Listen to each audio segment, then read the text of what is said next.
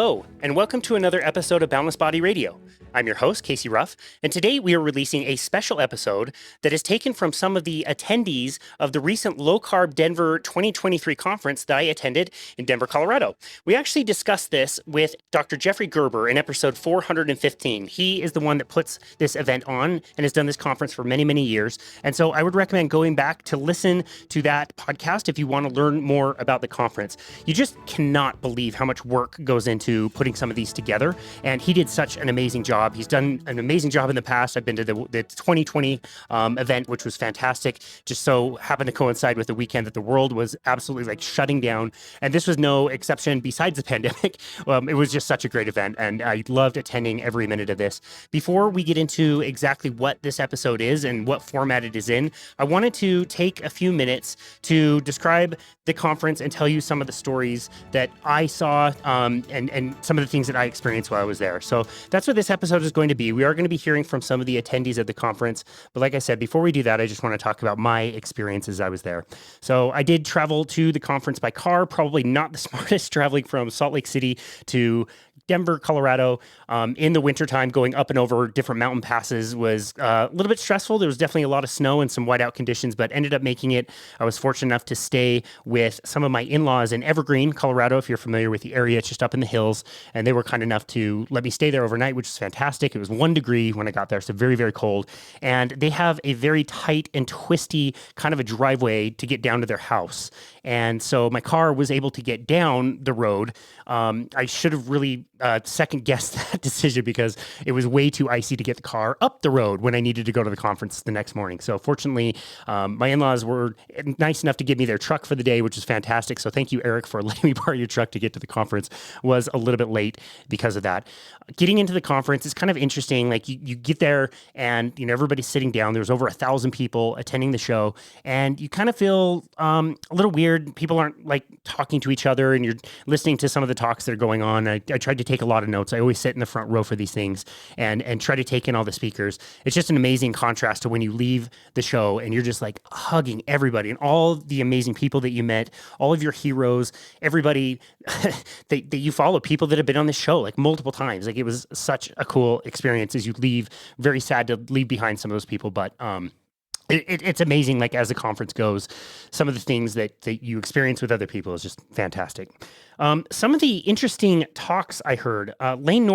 Layne Norton was invited to this conference, which is a very interesting choice. Layne Norton is a pretty polarizing person, especially in the low carbohydrate world. How do I say this? He has in the past taken videos of low carb experts that they post on their social media, and he has turned around and reposted those with his own commentary and how he disagrees with these people in probably the not so nicest way. And so again, it was a really interesting decision for him to be here. His position on nutrition is very much calories in, calories out, and wherever you get your calories from, it's all kind of the same, especially when it comes to calories that come from energy. So the difference between fat and carbohydrates. His presentation was called Common Logical Fallacies in Nutrition Science. The talk was really good. If you listen to the words that he said and everything that he was presenting, it was a really great way to identify things that people say as far as nutrition science and be able to identify like, okay, this might be true. This is definitely not true. So yeah, he was received okay, I would say. Not a super warm reception. I saw him a few times. I did not talk to him. But yeah, interesting choice there. We also heard from Dr. Andreas Eenfeldt. He is at Diet Doctor, and they have recently started to shift their position on the kinds of foods they're recommending. They're coming out with a satiety score. That is also being met with a lot of controversy. We will be doing an episode in the near future addressing that. Diet Doctor has been a wonderful resource for me over the years, and I'm not super sold on this idea. And so we'll see where that goes over time. I decided to cancel my membership to Diet Doctor, kind of because of this, which is a bit of a shame. Like I said, they've done a lot of work and they've helped us a lot over the years. I just really kind of disagree with some of the fundamental principles that they talk about. After hearing those talks, I kind of spent the lunch break, kind of thinking to myself, like, wow, maybe I'm wrong about some of this stuff. And then the afternoon session started. And first of all, hearing from Dr. Chris Palmer, the recent author of the book Brain Energy, gave his speech, which was unbelievable. We've hosted him on our show before, and he's just such an amazing man who's doing so much work in the world of ketogenic diets with mental disorders. You contrast that with the things that Layne Norton is talking about, and he's really only talking about body composition and weight management, where Chris Palmer is talking about like people with schizophrenia not showing signs of schizophrenia, like such a big difference that I observed. His was such a wonderful and impassioned speech, which I absolutely loved. Also heard from Dr. Tro Kalayjian. Got to meet Tro and his wonderful wife, Rosette. Shout out to them. They're just the nicest, sweetest people. Rosette was there to sell her product, Rosette's cake mixes, and they were absolutely delicious. She was selling them there. Definitely recommend you check them out if that's your thing. And Dr. Tro, a day before doing this presentation, completely scrapped what he had and what he was going to present on. And he kind of created a little bit of a rebuttal to some of the things that were said earlier in the conference. And I got to tell you, it was one of the best mic drop presentations that I have ever seen. We are working to get Dr. Tro on as soon as possible. It was an amazing speech. I can't wait to share that story with you and share some of the things that he said. I thought that was absolutely wonderful. That night I was able to come back for a social kind of meet and greet thing. It was a paid event, and so I chose to pay to go to the event because this is just such an opportunity to meet all of my heroes. And walking to that event, I was able to meet Nina Teicholz for the first time. I saw her at the conference, but she was always talking to somebody else, always busy. And as I'm walking through the lobby of the hotel, I see her come out, and I stopped and I saw her, and it took her a second for her to recognize me, but we just had a huge hug, and I was able to express to her how much she has meant in my life and everything that she has done writing the book, The Big Fat Surprise. She gave her presentation the next day. She said that she was a little bit nervous about doing the presentation. She wasn't fully done with her slides. She was going to have to stay up a little bit late, and she just is not that much of a morning person, is what she told me. Well, she got on stage at 7:30 in the morning on Saturday morning, and by 8 o'clock in the morning, she was receiving a standing ovation for her work. So she is most certainly a morning person, apparently. And it meant so much for me to finally meet her. I was able to meet all kinds of different people that I'd never met, people that had been on the show. So Nina was one. Dr. Bill Schindler, amazing. Got to meet him, got to meet the Kalayjians, like I said. I was able to meet Dr. Sean Baker for the first time. I was able to meet Amber O'Hearn. Again, just so many people in the low carbohydrate space that have been really doing amazing work, and people that I follow and really learn from and got to express my gratitude for them and for all of their work. So that part was really great. After every kind of session that they would have, so we would have, maybe 4 or 5 different speakers would go for about 30 minutes each. There would be maybe one brief break in between. And then we've had a panel discussion. So all of the speakers from the previous kind of chunk of time would go up and sit on stage. Saturday morning was a little wild. We had Nina Teicholz presenting. She was on stage with Dr. Khurram Nasir, Dr. Nadir Ali, Dave Feldman, Dr. David Diamond, and this panel discussion was moderated by Dr. Eric Westman out of Duke. Amy Berger attended the show as well, and she and I were chatting after this. Like, we should not ever have these people together on stage. If the stage were to suddenly collapse and we were to lose all of these people at the same time, like, that would be terrible. It's almost like a president, vice president kind of situation where we need to keep them in separate areas because they are just wonderful researchers. A lot of them are cardiologists and deal a lot with cholesterol, and that was kind of the idea, is to get them all together. And, there were some ideas about statins that people didn't agree with. I would say Dr. Nasir was kind of more pro using statins for people that have heart disease for different reasons, where somebody like Dr. David Diamond was absolutely against it.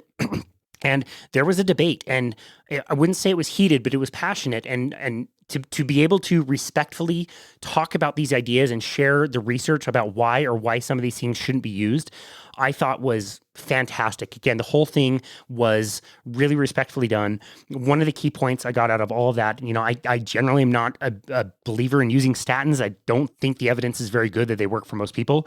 But one of the points that Dr. Nasir made is that, he's in clinic, he's treating patients, and he is noticing benefit in certain patients. And we shouldn't just throw the baby out with the bathwater when we say that statins shouldn't be prescribed. I think for some situations, they really should be.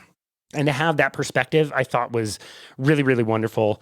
It was really awesome to see his presentation. We did mention Dave Feldman. This was a jaw dropper.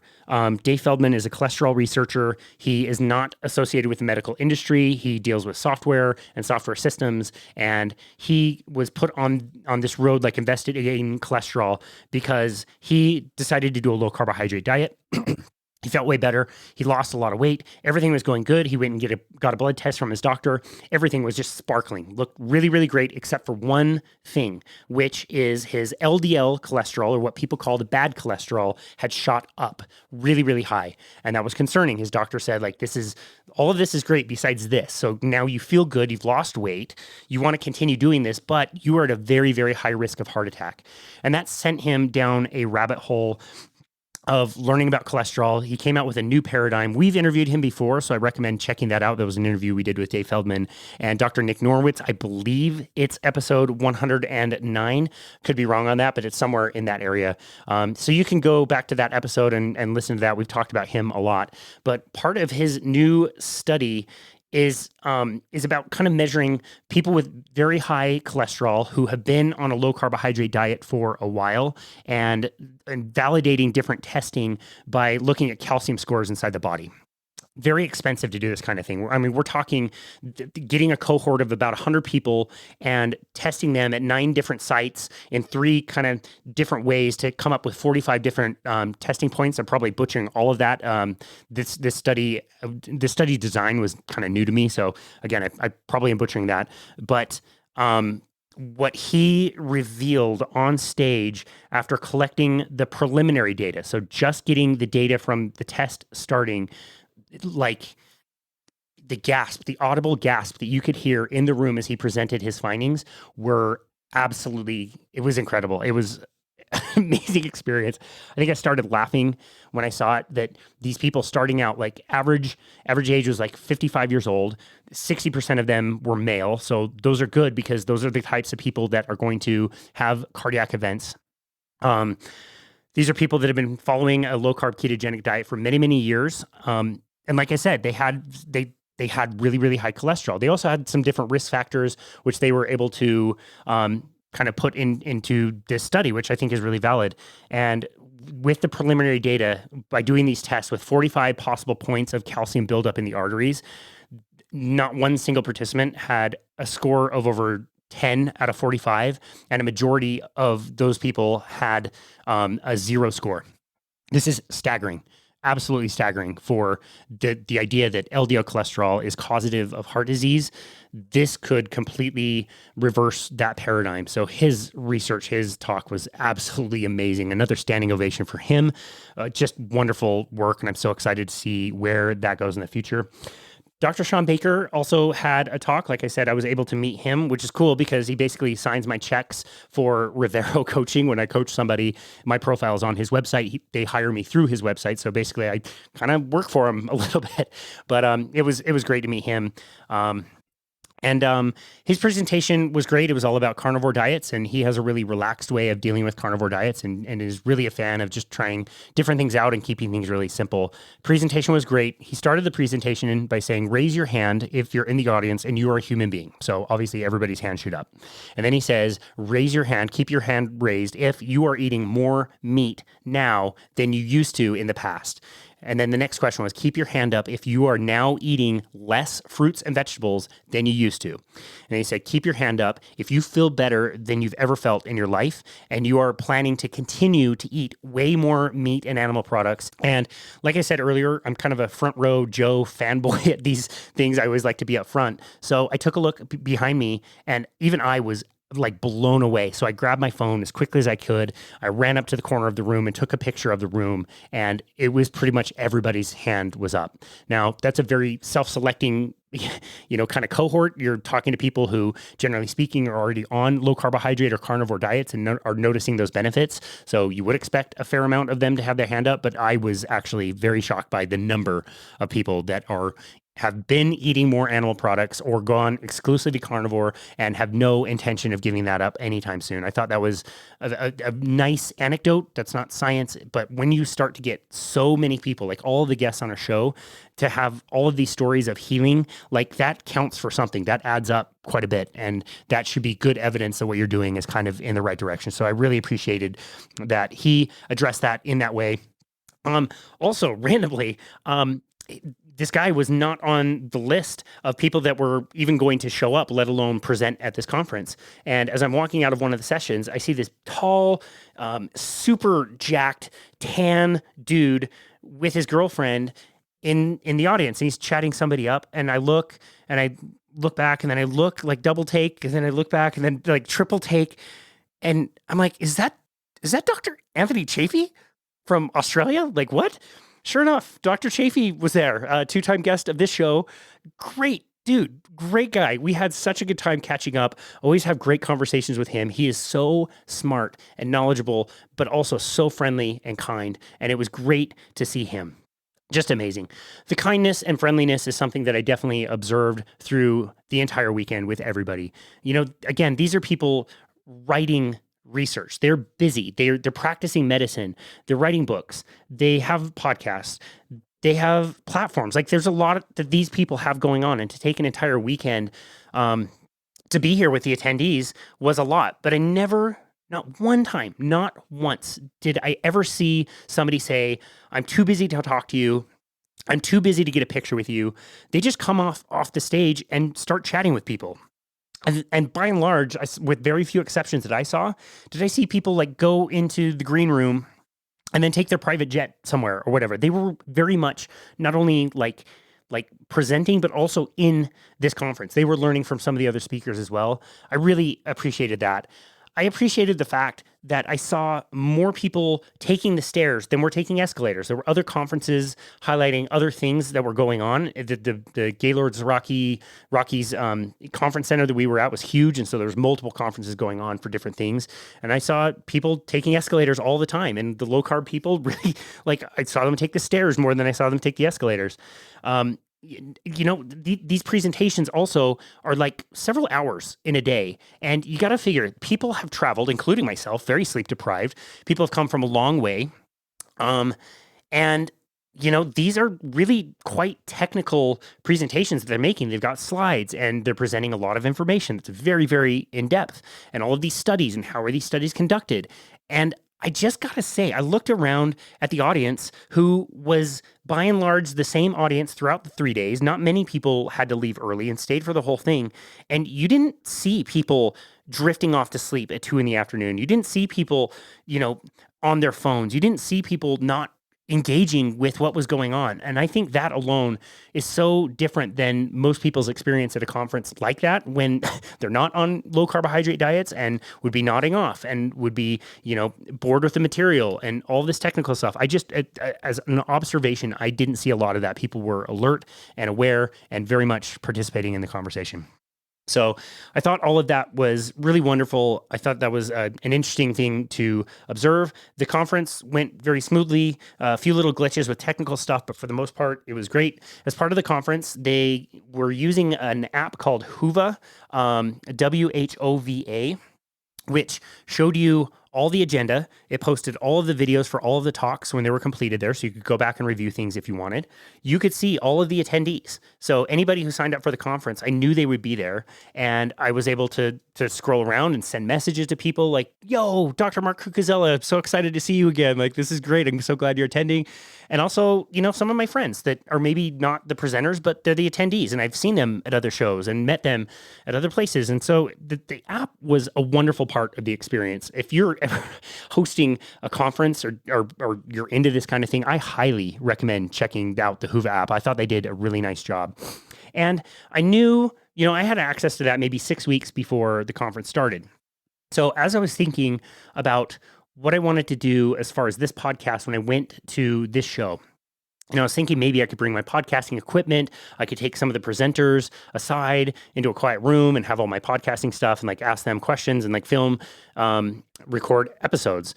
And I thought a little bit more, and I've really learned over time that the participants of these conferences are really quite diverse. And you really understand that like every one of these people has a unique story of how they found low carbohydrate diets, usually through a lot of suffering. And I thought rather than interview the presenters who are amazing, a lot of them I've already talked to before or will be talking to very, very soon, maybe I could do shorter interview segments with the attendees. If I could get a random sample of people that were here, I could learn about why they were here, what's their story, if they plan on continuing doing the diet or not. I thought that might be a really fun way to see the conference from a different angle, from the angle of the diverse attendees who were there. So I created a Calendly link that I put on the app. The title of my post was, "Would you like to be hosted on Boundless Body Radio?" And I put an app out there and just said, hey, look, like I would like to interview you if you're attending this conference. Here's open schedules on Calendly. You can go book a 10-minute spot to talk with me. We'll just go find a quiet place.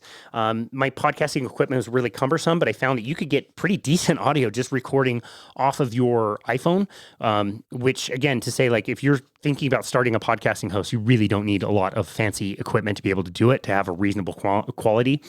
And so people signed up, and there was 2 exceptions of people that did these interviews with me that I didn't know. So Buz and Bruce, you'll hear from them later. I had met them at Low Carb Salt Lake. I had asked them to be interviewed, so they were part of it. Knowingly ahead of time, I already knew them. I knew their story, or at least some of it. Every other person on here was a stranger to me 5 minutes before we did these conversations.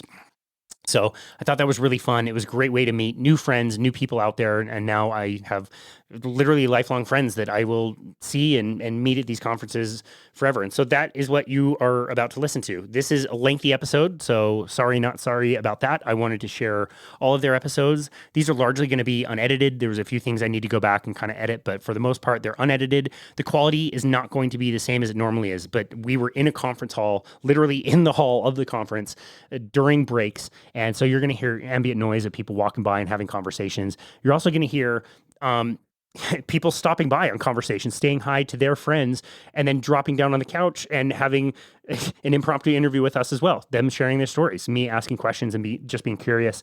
The format of the interviews is I basically printed out like 4 or 5 different questions that I wanted the person to kind of in their head, like read through and pretend that I was asking them that question. That way you don't have to hear me ask the same questions every time. I just wanted them to go through like a similar kind of flow of their story. And the more that I did that, the less that I liked it. And I wanted to ask more spontaneous questions. So that kind of evolves through this conversation. These are not taken in chronological order, kind of mix them up a little bit. So they'll be in whatever order they're in. And one of the last one that we're going to end on is literally the last one that we did. I was outside, I was eating lunch, enjoying the Denver weather, which I can't believe how much the temperature fluctuates there. It was 1 degree when I got in, and it was like 60 degrees on this afternoon on the last day on the Sunday. So I was out eating lunch. I see 3 ladies who sit down to lunch, and they're eating chicken wings dipped in guacamole and bacon and red meat and passing it around and just having a great time. I'm like, these are my people. I love them already. So I went up and started talking to them and just had the idea, like, why don't we record? Why don't I ask them, why are you here? And let's just record and let's see what comes out. And sure enough, we got 3 more amazing stories. This was outside on a very windy day, so that one is definitely going to have some ambient noise of the wind. But this message is too important not to share, in my opinion. So I hope you stick with it. I hope you kind of deal with the not pristine audio quality to really listen.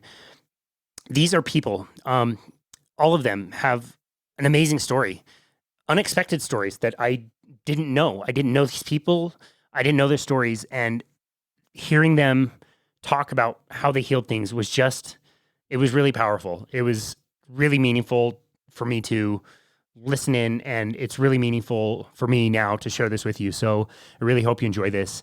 Thank you to everybody who participated. You know who you are. I'm not going to read your names. I'll put them in the show notes, hopefully, but thank you so much for taking the time and being open and vulnerable with me to share everything that you have noticed with low carbohydrate. I'm going to step out of the way on this one as much as possible. I'm just going to create a quick little kind of sound bumper to break up the conversations. And yeah, again, like I said, I hope you really take a lot from this episode, and just know that if you are feeling alone in this journey, if you feel like the whole world is against you and you're trying to do low carb, but people offer you cake and they don't support you. They tell you that, eating red meat is bad for you. Fasting is going to kill you.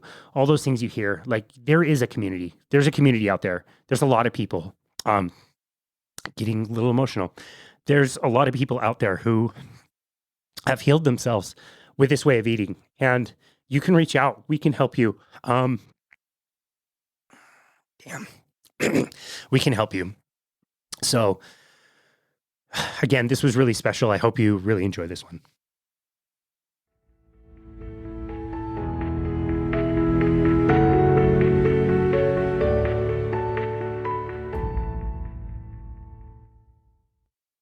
Hey, I'm Stephanie Welch, and I have been involved in the ancestral health field for about 13 years now. I've been interested in nutrition for about 15. For the last year or so, I've been working with the Price Pottinger Nutrition Foundation, which is the owners and publishers of the work of Weston A. Price, which is a dentist that a lot of people may be familiar with for his studies in nutrition back in the 1930s. I also personally I began with nutrition, but I expanded into looking at the mismatches that exist for us in all aspects of life. So my own work is under Recivilized Woman, and it looks at not only nutrition, but also fitness and mental health and relationships and sexuality and all the aspects of life that we have mismatches. So do you have a question? Why do you think a dentist almost 100 years ago still has so much influence on our health today?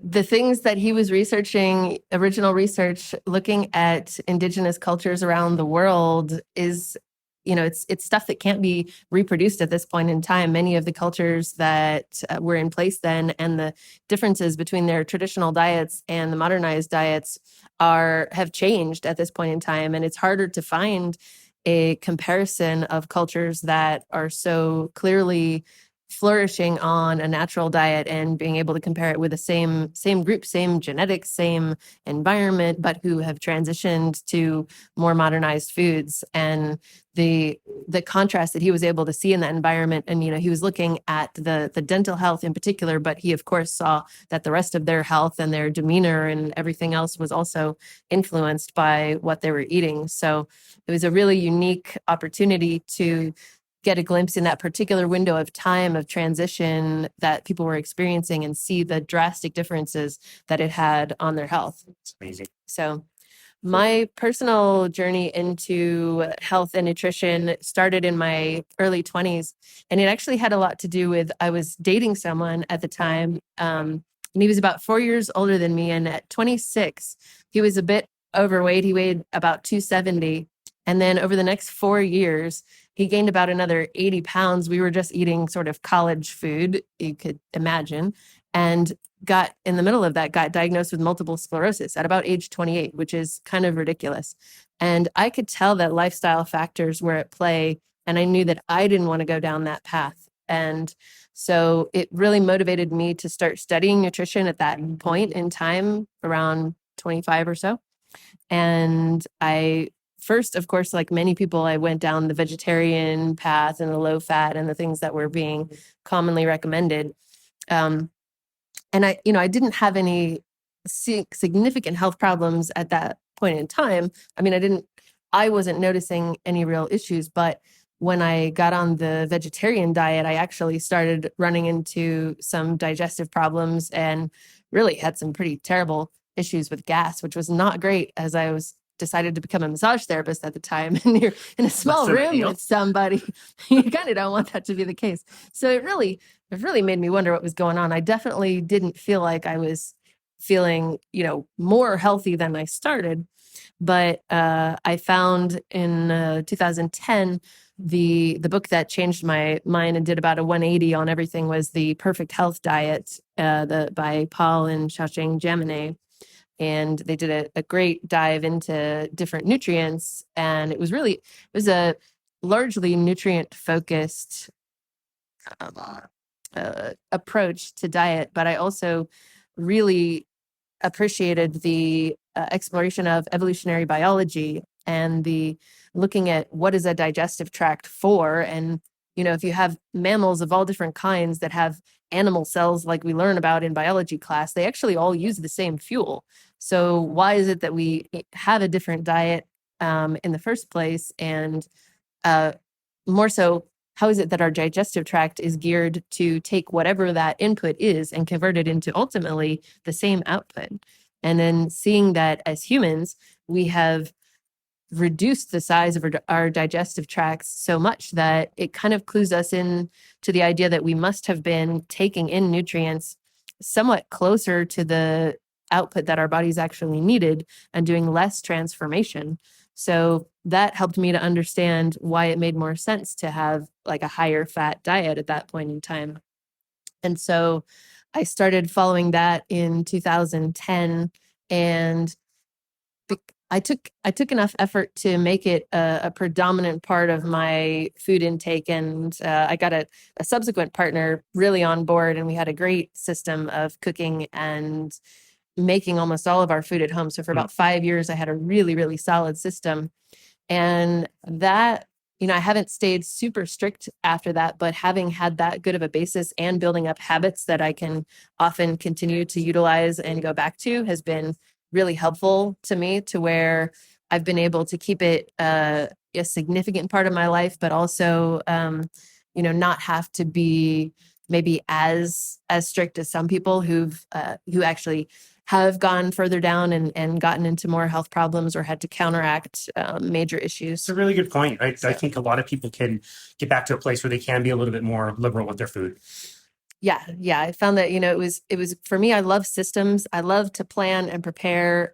You wouldn't believe the charts of groceries, meal planning. Oh, this needs to come out of the freezer on this date, and this goes in on this date to, thaw. It was great buying the bulk meats on like the CSA programs and planning it out and scheduling it. So on the one hand, for me, that's actually kind of fun. I enjoy those kind of systems and planning, and it gave me a good basis for then just being able to continue that later on my own and in different circumstances.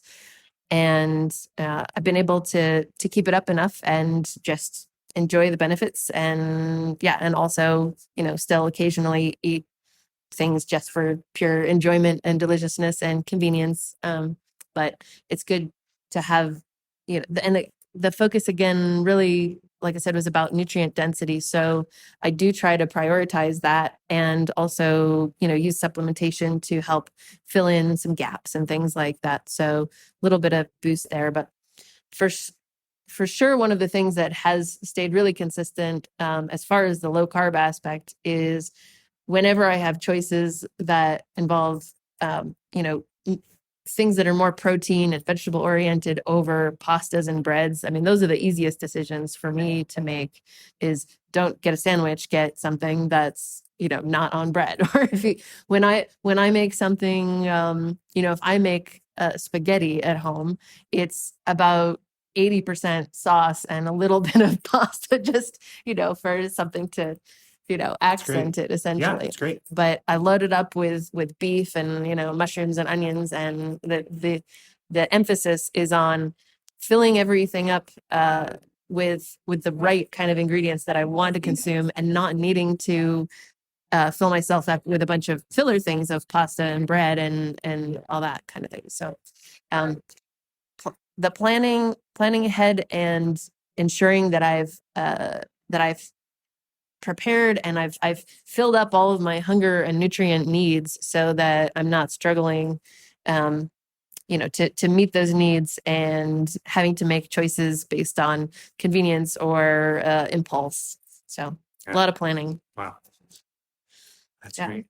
So I certainly anticipate continuing to do this. I can't really see why I would change. I am interested in additional tweaks, here and there. I'm kind of curious about the oxalate issues. I've been asking some people questions. We just interviewed Sally Norton at Price Pottinger recently in one of our journals, and it definitely brings up some thoughts about that. But, I'm kind of exploring and asking other people questions about that too, if that's, on the anti-nutrient side of things. It's a weird one. That's a weird one. Yeah. We talk about it a lot. Yeah.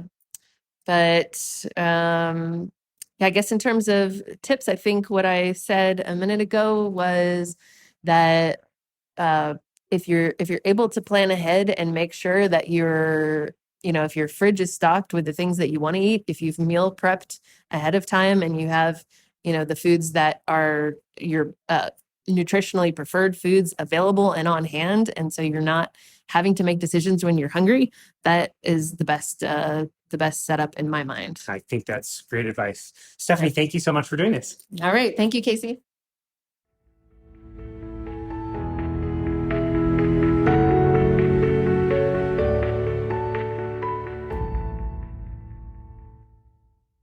All right. Well, hey, my name's Reid. I'm really excited to be here today talking. Excited to talk with you. Yeah, exciting stuff here at Low Carb Denver. Anyway, I'm a nutrition network coach practitioner. I'm also accredited by the Society of Metabolic Health Professionals, sugar certified and licensed by Benton Johnson's Addiction. Amazing. Yeah, it's been a journey, quite a journey. I started out really sick about 5 years ago and reached out to the carb addiction doc Siwas, to help me on my journey.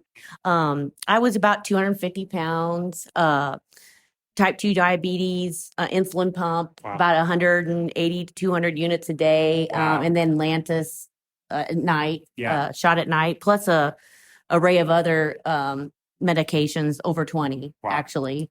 I was just sick, tired. I had low energy. I just didn't want to go anywhere. Didn't want to have my picture taken. And you see me now and I want to take a picture everywhere I go with everyone. So it really changes your life.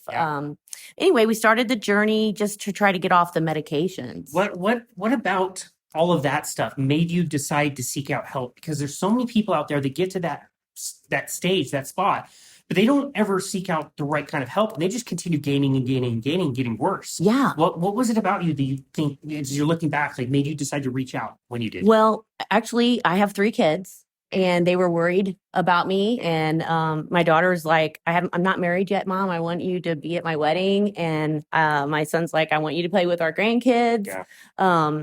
And my husband was really worried about me too, and we had 2 businesses and I just wanted to go home and sleep, and I would sneak and lie and hide my food. So I knew I was, I was shamed. I was ashamed about how I looked. And I didn't understand my addiction. Sure. And talking to Dr. Siwas, he told me right away, hey, have you ever heard of carb addiction? Because you have it. You got it. Yeah.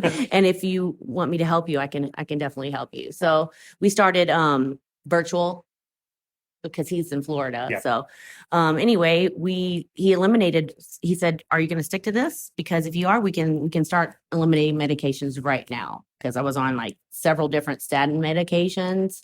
I was on Cymbalta and Wellbutrin for depression. Those were some of the last ones to go. What was it like to hear that? I hear a doctor say, get ready, we're going to deprescribe. It was scary. It was scary. I was scared. And I thought, I hope that I'm doing the right thing, But it was like a last resort because I thought I was going to die any day anyway. Yeah. So me and my husband talked about it and we're like, you don't have anything left to try. We got to try this. Yeah. So, and we started out with changing, never drink anything with carbohydrates in it. Then we moved to making sure that I was using the right kind of fats and eliminating all the seed oils and all that kind of stuff out of my cabinets. Anything with processed in a box, nothing from a box, and then it was fun because we made new meals as a family. We cooked as a family, whole foods, nothing from a box, real vegetables. But my today I'm only on one medication, and I kind of go on and off it. I have trouble with my uric acid levels just That's a little incredible. bit sometimes, but my typical breakfast used to be a big bowl of fruit Yeah. and oatmeal and Healthy. and toast, Healthy. because that's what I was told by the diabetic Yeah. educators. So I told me I needed to eat every 4 hours. And Dr. Sy was like, try to fast. I'm like, what are you talking about, You're gonna fasting? die. Right, I've got to eat. Yep. But and then you start eating this way and you're so full. And the low carb, high fat nutrition healed my body, and I was able to stop eating breakfast. Yeah. It wasn't the most important meal of the day, and then at noon, I'm like, I'm not even be hungry yet. So I'm just going to hold off a little longer. And sometimes it might be one or two, but it's magical. And I want to spread the word and the healing word to other people, and I want to help other people. So I try to coach outside of the work that I do. I am the new director of nutritional services at the local hospital that I work at, but I coach people in the evenings after work. Oh, that's amazing. I was going to ask, it seems to be a very difficult thing to practice and or preach low carb in the hospital setting. Yeah. Are you still finding that you have difficulty with that? Oh, yeah, I do. But we've even implemented some. Of course, people have seen my journey and seen the weight loss, because I was 250 pounds. So I've almost lost 100 pounds now, because I'm around 150. So that just kind of melted off. And that wasn't why I went to him in the first place. It was to get off the medications, but the weight just came with it. And people saw that. So they're like, hey, what are you doing? I want to do it too, So we started implementing some keto items out in the cafeteria for staff. Great. So they have one choice. So if they want to have it, they have an option. Now, patients, it's a different story, because you got to get the med staff on board for, therapeutic carbohydrate restriction. And so I've got the clinical guidelines out there, to share. And the SMHP is a wonderful organization that allows you to print off the therapeutic carbohydrate restriction, the clinical guidelines that Del Height helped make. Yeah. And also I'm on the advocacy committee. Okay. So we've got some forms out there now that can help practitioners with how CGMs work, which was another magical tool that helped me aware of my own what foods and nutrition does to my own body. Because, everybody's body's different. So what works for me might not work for someone else. Good point. So, I'll eat something and I'll check my numbers. And if it's high, then I know, hey, I got to stay away from it. So I'm about on year 5 of eating this way. And I'm more carnivorous now than I was before, because sometimes vegetables will make, they are carbohydrates. So there's a little bit, it does turn to sugar in your body a little bit. So I have been surprised by that. I've learned that more recently. People with CGMs are noticing that vegetables are having an effect. And that surprised me. Yeah. And plants want to live. Yeah. They want to live. So, but anyway, so I don't eat a whole lot of veg anymore. Cool. And it keeps me full for longer periods of time. Great. And I just love this way of eating. You know what I mean? It just keeps you full. So you don't think you'll ever go off of it? No, I don't really think I will. I mean, it's healed my body. And first of all, I started out with non-alcoholic liver, a fatty liver, which they said that I would never get rid of. And that was one of the first things to go. Within on the blood work, doc would do blood work, and you could see of what's happening in your body from the blood work that was going on. And it was gone within 3 months. Yeah. And I thought I'd have it for life. And, the statins that I was on, I thought I'd have to be on those for life. And I'm no longer on any of those. I was on 200 milligrams of I don't know how to say it, metabolic tartrate, and then 40 milligrams of lisinopril a day. And I no longer take it as well. You've said a lot of big words in this interview. Yeah. I hope I said them right. I hope you said them right. Yeah. I'm not going to verify. I have no idea. Yeah, I'm not a doctor. So, but the list was long. But I tell you what, one of the hardest things to get off of was the Cymbalta. And they actually put me on that because it also is supposed to be help you as a diabetic. So with your numbers, but at some point I even started just taking there's beads in there. Took some of the beads out. It was kind of crazy. I didn't really know how many because they're so small. Wow. But it just takes them out, until I've finally tapered off those. Cool. I'd be curious to see how your journey continues, because you do hear so many people, especially with mental health, and the carnivore diet seems to be just really an amazing tool that can be used specifically for that. What's great is my husband had RA, and he's like, you've you've come through so much. I'm just gonna eat this way and see what it does for me. And he's totally, his inflammation is gone. He had knots on his hands, nodules, and it's gone.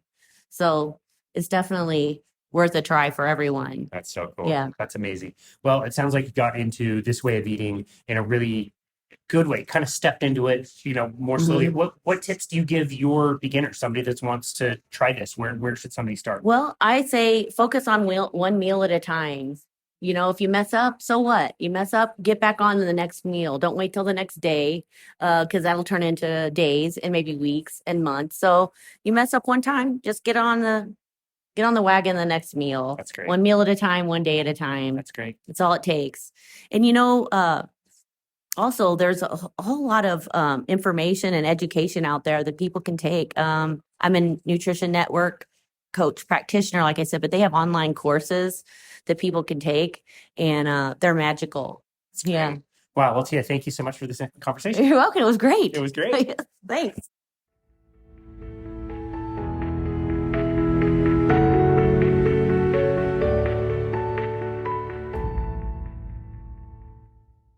Casey, how great to see you. So great to see you. Buz and Bruce, my friends, we met at Low Carb Salt Lake, right? Keto Salt Lake. April Easter weekend. 22. Yeah, that's right. Yeah. Wow. Well, it was so great to meet you. It's been so fun to be friends with you guys, and I just absolutely love your spirit and everything about you. Before we get into what we're going to talk about today, can you comment on the things that we just experienced just this morning? We listened to 5 speakers just this morning. How incredible was that experience?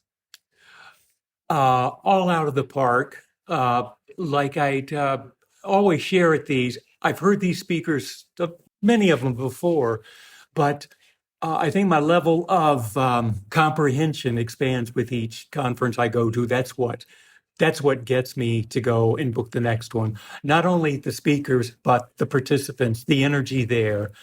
There's no way to get the information from a YouTube video, as much information, having it supplemented with the audience, the speakers, just the whole package seems to reach me a lot better. And I think for most people the same way. Yeah. These people are dealing in science.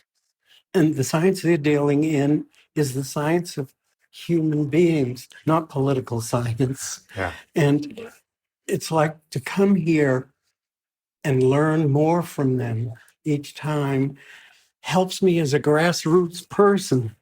I'm not a clinician, but I'm a grassroots person, and I have experience, strength, and hope that I can take what I'm learning from these amazing folks and present some of that to help other people and assist them getting into keto, carnivore, for their health. Mine is improved drastically. Wow. Yeah. Before we get into that, I would just like to say that you guys are retired. You told me that you used to take trips all over the place, which you still do, but you used to go scuba diving, I believe. Yes. Yeah, that's right. You don't do that anymore. You instead come to very, very technical medical conferences about low carb. Who would have thought? Who would have thought? I tell you what, I'm blessed because I have 2 of the best coaches ever. The first coach is my spirit brother here of almost 35 years. amazing. He can get into the technical things. I get a general feeling and impression, and I follow, what all of you, and you too, you're part of this whole thing, follow the things that you folks share about how I can have optimal health and assist other people in achieving that too. Wow. Yeah. That's really powerful stuff. So what was your life like before you found low carbohydrate, and how did you find it? Interestingly enough, before I found it, I was already 71. And I think people who are getting into this, better eating for better health, I think they need to examine their early childhood. So it's about the early childhood. It's about the emotions, the physical, and the physical is the healthy eating. and fitness, and then continued spirit awareness. That's very well said. Were you guys suffering with any kind of medical conditions? I had the average conditions of someone in my age demographic, 65 now, high lipids, and interestingly enough, I had a physician that was nudging me towards low carb, but I didn't get it, and he's since retired.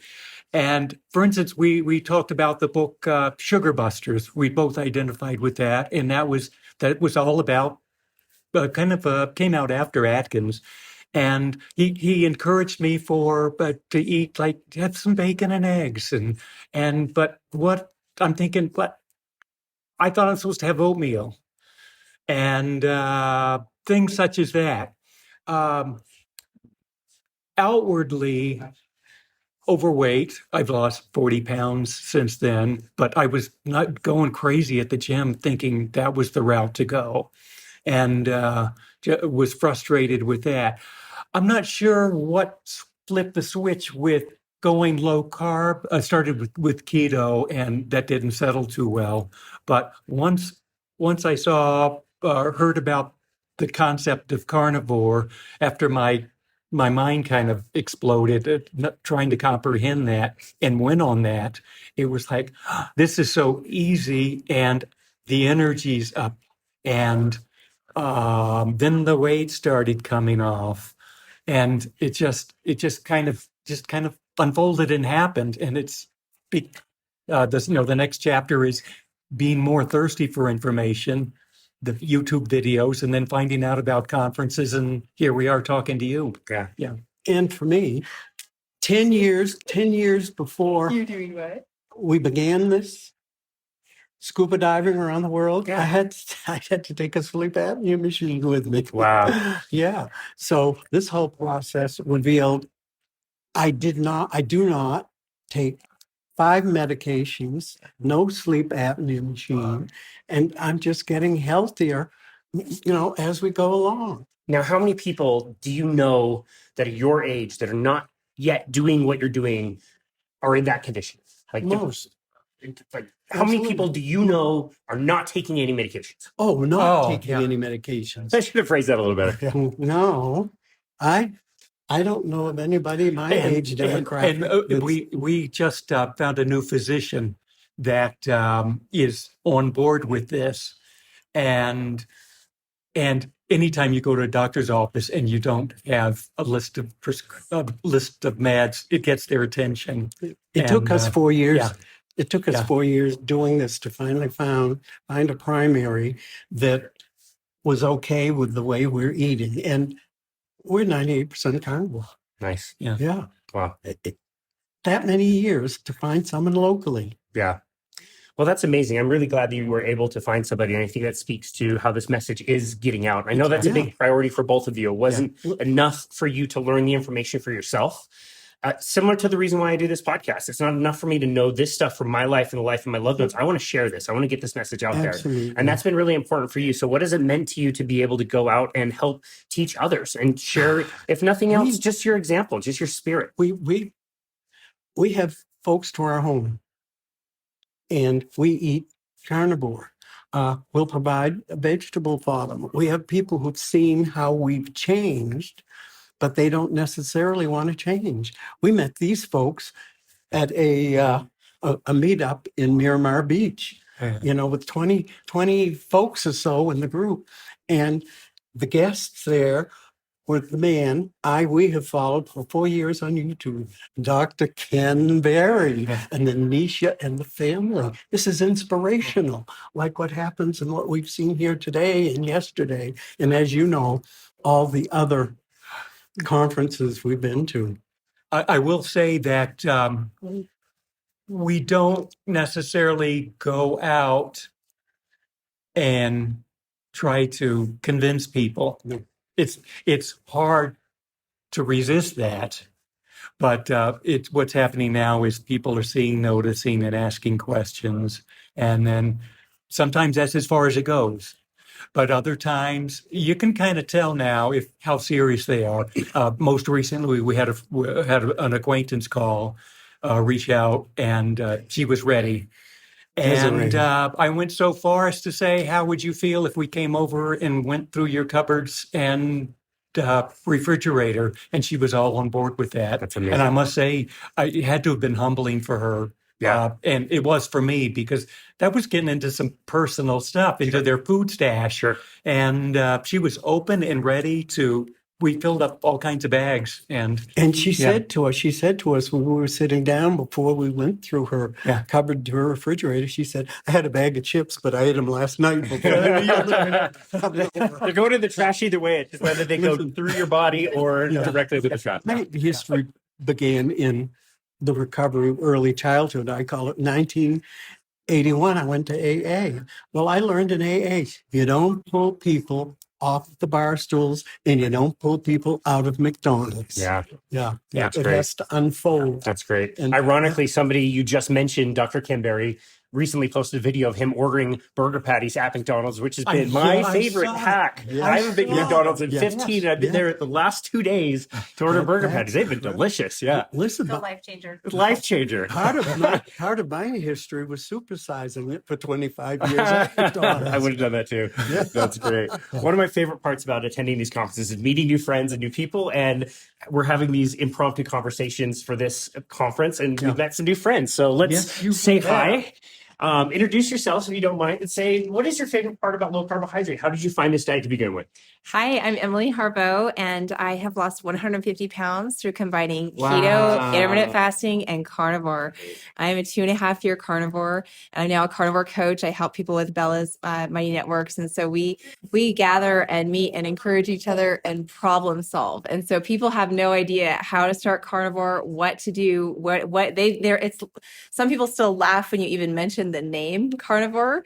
And so for me, this has just been an incredible journey, and I have enjoyed helping people get started, helping them figure that hack out, because I've been doing that hack for 2 years with the burger patties. I mean, dude, I'm all over it. Right. And I've done it myself. I've made the reel myself. Like Ken Berry made the reel. I mean, come on. Yeah, it's gonna reach like millions. Yeah. So, and we just love these events, these low carb events, these carnivore events. We've made such great friendships, and we are so compassionate and just passionate to the mission of it. And so I think that just being together helps us really stay strong and keep our strength and keep our enthusiasm. And, it's a world full of crap food out there, and there's just disgusting processed food every time you turn around. And so having like other people that eat like this and that are like, we are fine. This is a completely valid lifestyle. Yeah. So this has just been my story and my journey. That's and really these conferences really help keep. That's really amazing. Thank you so much for sharing. I just want to point out that while you were sharing your story, one of the most well-respected, well-renowned, and 3-time guest of our show, Dr. Mark Cucuzella, just walked by and said, Buzz and Bruce, my favorite people. Hey! Not bad. We got one more person to meet. Oh, I'm Joel Harveaux. I'm her lesser half, I guess you could say, or not as good looking half. No, I've pretty much rode her coattail. She's the one that kind of first started doing the keto and all that kind of stuff, and I saw the huge difference, an amazing difference it made for her. And so I was, I've lost like 30 pounds on the keto thing. I did that following her example, where it's like, I need to give up the sugar. I saw how much sugar I was putting in my coffee every morning, and I was the only one in my family drinking coffee at that point. The kids weren't. And I'm like seeing that sugar bowl go from full to empty over the course of a week or two. And I'm like going, that's only me. And it kind of hit home. So that's where it started for me, was giving up the sugar, then started giving up more of the sugar in the food, and then kind of moving up to the full keto. Was a little bit of fasting thrown in there as well. And then when she, we were just talking about this morning, she was saying, I was talking about when she decided to go carnivore, I'm like, in the back of my brain, I'm being supportive, but in the back of my brain, I'm like going, okay, we'll see how long this lasts with you not eating vegetables. Where are you going to get all your vitamins and all that kind of stuff? You're going to be hitting the curb here in, a couple months, and we'll see that. And then a couple of months went by, and she's just looking more beautiful and more healthy and doing better and thriving. And then, at the year point, I'm like, I can't deny this, this isn't, this isn't a crash and burn that's happening. It's a takeoff, and so, okay, well, all right, let me give it a shot. And, so she got me to commit for a month to begin with. And then once I was on board for that, all of a sudden somewhere in there it morphed to 3 months without her telling me. So suddenly I'm like, wait, I signed up for a month. And she's like, no, it was 3 months, and now I'm, going on about a year and 3 months now. So That's really amazing. yeah. Wow. So been fantastic. That's really amazing. I did a recent episode of somebody who just started a carnivore diet, and we spent a good 20 minutes on our episode. It was on her show where she was describing some of the benefits that she noticed about carnivore. And we talked a lot about so many different things. We hung up the call, and 5 minutes later, she was like, oh my goodness, I can't believe I forgot to say that I lost 5 pounds in 2 weeks. And I brought that up a lot. That is the carnivore diet. Like, you'll forget that you just lost a bunch of weight. You nonchalantly just said, yeah, I lost 30 pounds. That's right. It's not even like that big of a deal. Like, it's cool. It's great. It's amazing. But that's not like what you're leading with oftentimes. It's a side issue. It's a health first. It gets your health turned around, and it transforms everything, and you feel so much better, and you get kind of your medical improvements and your performance improvements and just how you're feeling, your vitality.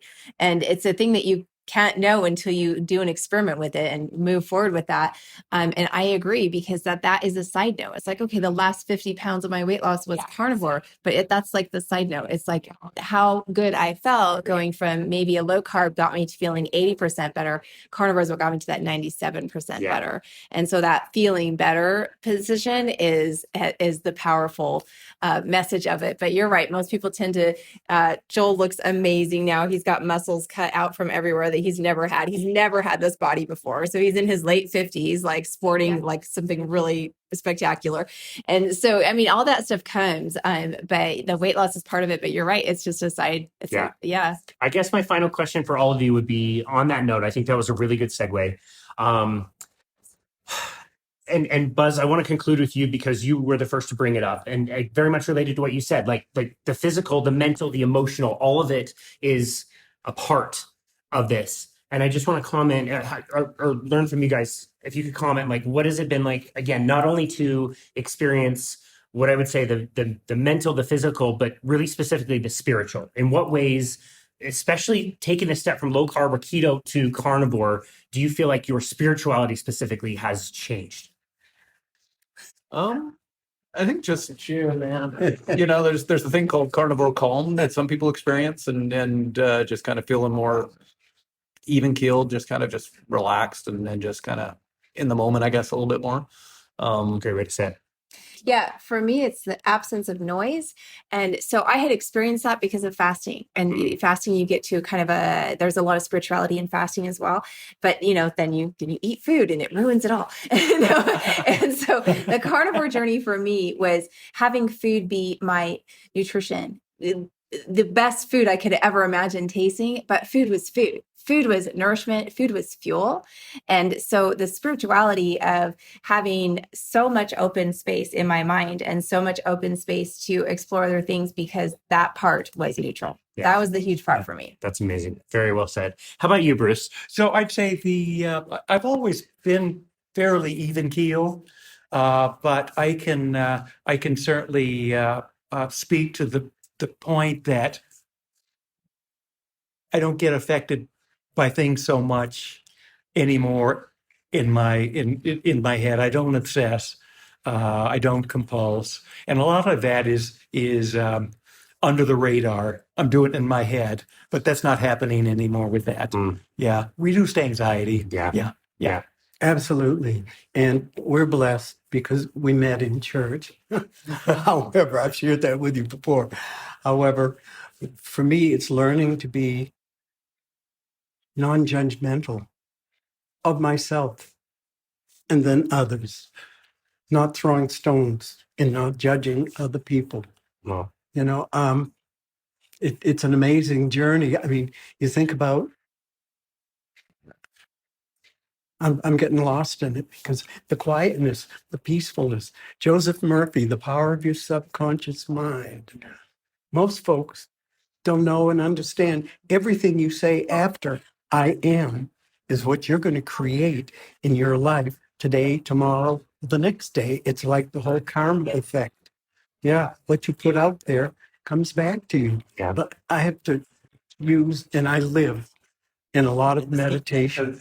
I listen to a lot of tapes from a lot of folks who have written, and most of them are dead now, the spiritual background. I don't know if you do yoga, folks that do yoga. Paramahansa Yogananda. I mean, he takes the Bible and the Bhagavad Gita and he combines them and shares and communicates with people how to live your life in a loving, happy way. Yeah. Yeah. It's amazing how much nutrition is a part of that. It's always such a joy to run into you guys, old friends, and some new friends today. Thank you all so very much for stopping by. This was a really fun conversation. Perfect. Yeah. Absolutely. Thank you.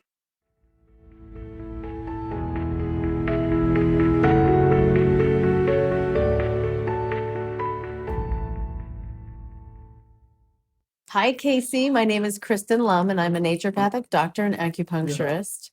I found low carb because in menopause, I found that everything I was doing, I wasn't losing the weight. I was actually gaining more weight. So I was like, you know what? I'm going to do low carb keto.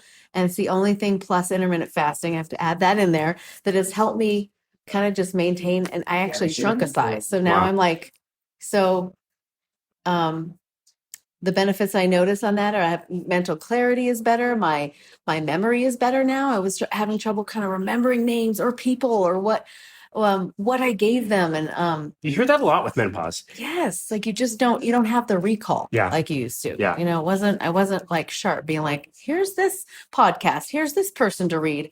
So I feel like my mental clarity has been enhanced through low carb. No, that's I great. continue planning to do it. I've done it 4 years now because that's when I started perimenopause. Now I'm postmenopause. It's a lifestyle for me now. I will promote this and do this for the rest of my life because I know it works.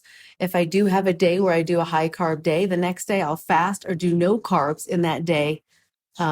And just do like one snack and one meal to reset me and then continue on the low carb. Yeah, that's amazing. So you mentioned low carb and you mentioned fasting. And I think when you've been in this world for so long, those two things are just kind of synonymous. And you just know, like if you go low carb, you're going to be fasting. It's really easy. Yes. Did you go in that order or did you try to struggle through the fasting intermittent first? fasting first. Ooh.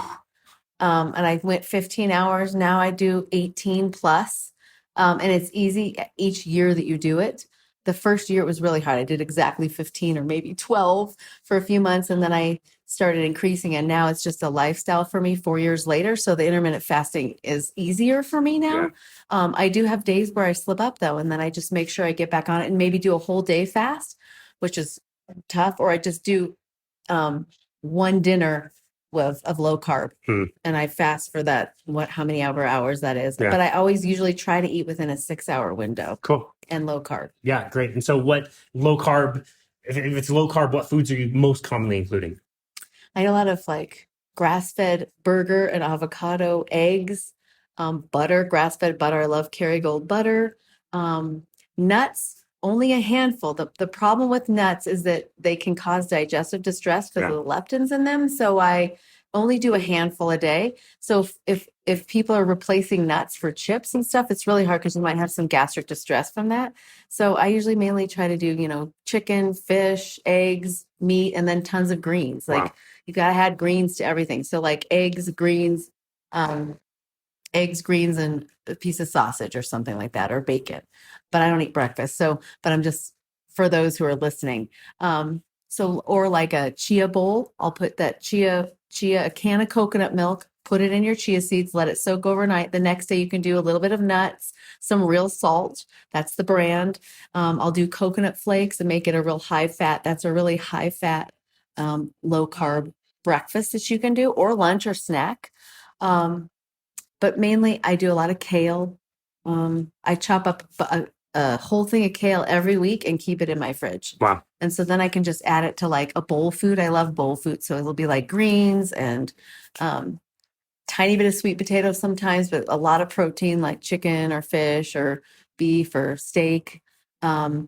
And then a ton of greens. And then I'll add some seeds into that too, like pumpkin seeds sometimes, or even blueberries.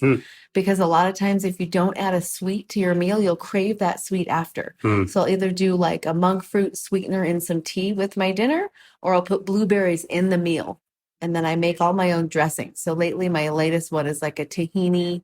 I use paleo mayo, tahini, lemon juice, Dijon mustard, and I mix that all together and put that in the bowl food. Sounds So it's great. a nice fat to add to anything. And you can put that on a burger.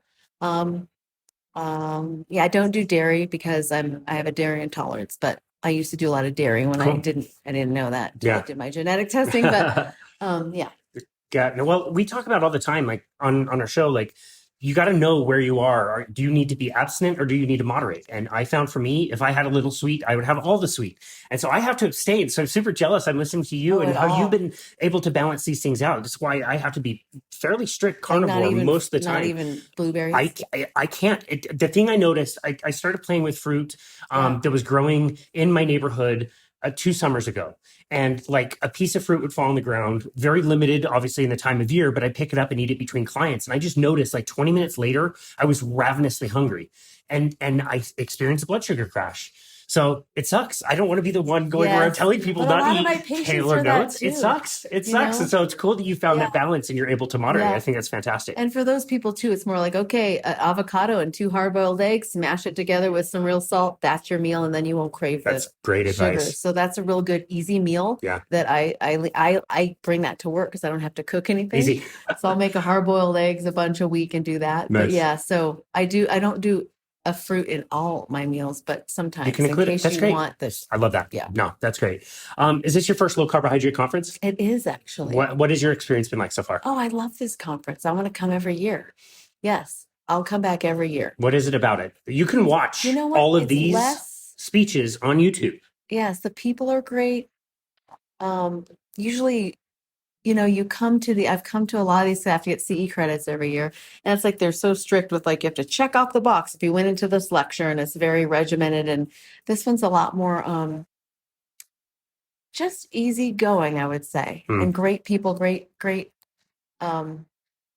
people whom I've never really met on stage, you know, great doctors and the speakers. Yeah. It's just You don't amazing. assume also that like these speakers who are, world-renowned experts are just going to be like in the hall. So they're going to be available and you can just go up and be like, Yes. yo, what's up? And they're all been really nice and receptive. I've Yep. talked to a bunch of them, and they're very, very receptive and nice. Yeah. Even though they're so busy. Yep, totally. And don't you think there's something to the energy of having so many like-minded kind of people around that are all trying to do the same thing? Oh yes, I'm an energy gal. Everything's intention and energy. And there's something here when I come. I would say I'm a junkie with seminars and conferences, because it's just the energy brings you up, and you go back home, and that's like, if I can get some tidbits in each seminar, each lecture, and then I bring it home and implement it, it's just great for my patients to feel my energy lifted and then have them lifted in practice, in the clinic room. So I love it. That's great. It's this is how I get filled up. Yep, right? totally. And then, you get to go out and share that with the world, which I Yes, absolutely with love. everybody. Well, it's been super fun to get to know you, and we're now friends, and we can always be Yes, friends, and I will yes, see you next Casey. year for sure. Yes, thank you so much. It's so Awesome. nice to be on.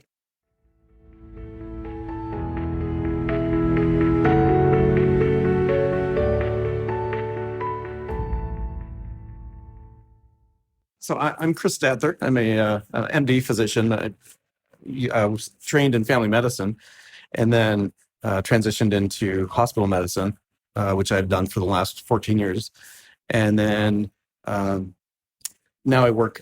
I started a clinic of my own focused on metabolic health, obesity medicine, et cetera. So board certified in obesity medicine as of a couple of years ago.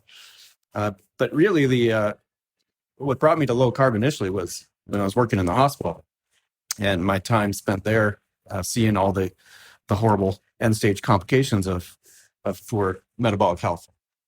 And there's a particular moment with the diabetic patient whose glucose was out of control, 300s. And of course we have them on the standard insulin. 300. Yep. Where it should be 80. Less than 100. Yeah. Nice. And in the hospital, the accepted range is 70 to 180. They're a little bit lax with that. And of course, we're throwing insulin at the guy, and he's on his usual meds and so on. And I walk into the room after just looking at his glucoses, and he had just polished off a plate, giant Belgian waffle, fruit, syrup, orange juice. Oh my God. I was like, what in the world? Couldn't believe it. This is like Gary Fettke. You were experiencing what Gary Fettke Yeah, always yeah. talks about almost at the same time. Yeah, exactly.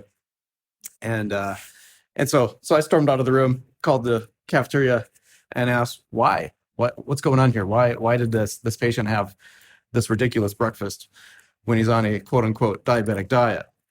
And long story short, the diabetic diet allowed 60 grams of carbs per meal, plus 3 times a day. That's 3 meals per day, plus a couple of 15 to 30 grams carb snacks. So they could conceivably get 240 plus grams carbs in the day in the hospital when they're acutely ill, and then we're chasing their glucoses all the time with insulin, which is the very wrong way to deal with the diabetes. And so that launched me into a whole bunch of research on my own, and this is where I discovered Dr. Westman and some other researchers in the earlier days. I can't remember the name, but have you heard of the low bag, bioavailable glucose? So it's kind of a code word for low carb back early in the research. Yeah, I can't recall right now, but I'm blanking on the name. He was out of the Minneapolis VA. Okay. And because I did some training there when I was in residency. Wow. Med school. And then so digging through all this research, I'm like, hey, this makes sense. Like this is the way to do it. And I said, well, I'm going to try it myself. So I'm not going to recommend it if I haven't tried it. And so that's what got me into low carb initially. Were you dealing with any health issues yourself? So, I was overweight, not terribly, probably 25 pounds more than I am now. Had reflux, had this persistent knee pain, just a patellofemoral pain, just inflamed. I got irritated with stairs and biking and whatever. And then the big one that I didn't really appreciate until afterwards, that was related to my nutrition, was every time I got a cold, I would get a lingering cough, just a dry cough. It would last months, like 5 or 6 months. And just something that I learned to live with, basically. It was like, this was all through high school, college, med school. Constantly had this cough. And at some point I went to an allergist who specialized in chronic cough and put me on a steroid inhaler, and voila, got rid of it. But next time I get a cold, wham, it's back. Come on, man. Well, this is just aging. This is just dad bod. It's aches and pains. Doesn't it suck to get older? Right. And so after this is well after training, when I went low carbs, basically 2014, and then I would get a cold, and well, first of all, I would get sick much less frequently. Shocker. And then I would never got that cough. I was like, holy cow, this is amazing. And I never had that lingering cough again, no matter how sick I got. But of course, that was rare because my immune system was so much better too. So consistent with what everybody says. Yeah. So the reflux went away, the knee pain went away. I had more energy, and I never had that persistent cough, which was diagnosed as cough variant asthma, by the way. I haven't used an inhaler since. It's amazing. Yeah, that's amazing. So you're seeing all these benefits in your own life. You're realizing like what's going on in the system. How were you starting to implement some of these things with your patients? Yeah, it was a challenge because the hospital is so rigid in terms of the dietitians running the show on nutrition, and there's a lot of competing interests in the hospital. The patient wants to have their cake and eat it too. The dietitians are kind of slaves to the dietary guidelines as they were trained, and they really can't veer far from it. But they also, I mean, in my experience, they also believe it firmly. Yeah, they're steadfast in following the dietary guidelines. This is what we learned. Exactly. This is what you should do. You're not doing it right. So let's coach behaviors that you can do it right. Yeah, exactly. Yeah. Well, it's kind of from my perspective too. Like, hey, I just spent how many tens of thousands, hundreds of thousands of dollars on this education. It must be state of the art. It must be current. It must be accurate. I must be getting the best education, right? Look how much debt I have coming out of it. Yeah. And I'm sure that dietitians feel the same way. Like, I just went through dietetic school. Yeah. This must be correct. I get it. And so as part of this whole self-discovery, I launched a pilot project in the hospital implementing a 45 gram per meal carbohydrate per meal restricted diet, right? Not that big. We're talking one slice of bread. And holy cats.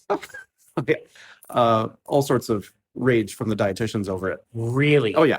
Yeah. They hated me about it over it. And I showed them the data. I showed them all this research I've been uncovering. And, one of the physicians on the committee that I was working on was very much in support of it. And I mean, he wouldn't necessarily go to bat for me, but he's like, go ahead, let's do this. Let's see how it pans out. And he got some interesting and favorable data, although I didn't have the support to do a robust project. Yeah. So I worked to get this off the ground, and there was just no support. So I got some very limited data. It's not a rigorous scientific pilot project, but it's anecdotal. If it's working, it's working. Right. And so then, increasingly I was talking to patients in the hospital about this, like, hey, here you're diabetic or whatever else is going on that was clearly insulin resistant manifestations. And so I would talk to them about diet and lifestyle and like, hey, you can reverse your diabetes. You can get off your insulin or all these other medications and all this ridiculous blood pressure medication you're on. And patients loved it. They loved it. Loved it. Absolutely loved it. Doc, you're the first person to ever talk to me about nutrition. Like, I believe it. I know, because I came from the same system that they were all trained by, right? I know what it was like. Minimal education, really no innovative thoughts in terms of nutrition, lifestyle, et cetera. It was just dietary guidelines. You just always hear that people are lazy, they're slobby, they're not going to follow the advice, they're not trying.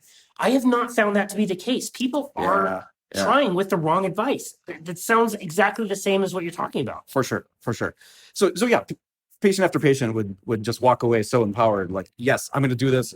I would get follow-up emails from patients saying, hey, I'm off my insulin in 2 weeks after talking with you. I'm like, haha. Well, how can I? Then I was starting to think, how can I bring this to more people? How can I even follow up with my patients in the hospital? Because once they leave the hospital, we're done. There's no patient-physician relationship at that point. And so that's where the idea for my clinic started coming about.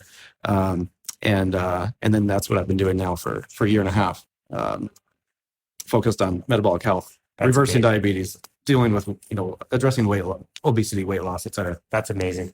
So what does it mean to you when you come to a conference like this and you see so many other people, patients, doctors, people like me, trainers, nutrition coaches, like all of these people that found something so amazing that they can't shut up about it. They start their own clinics. Right.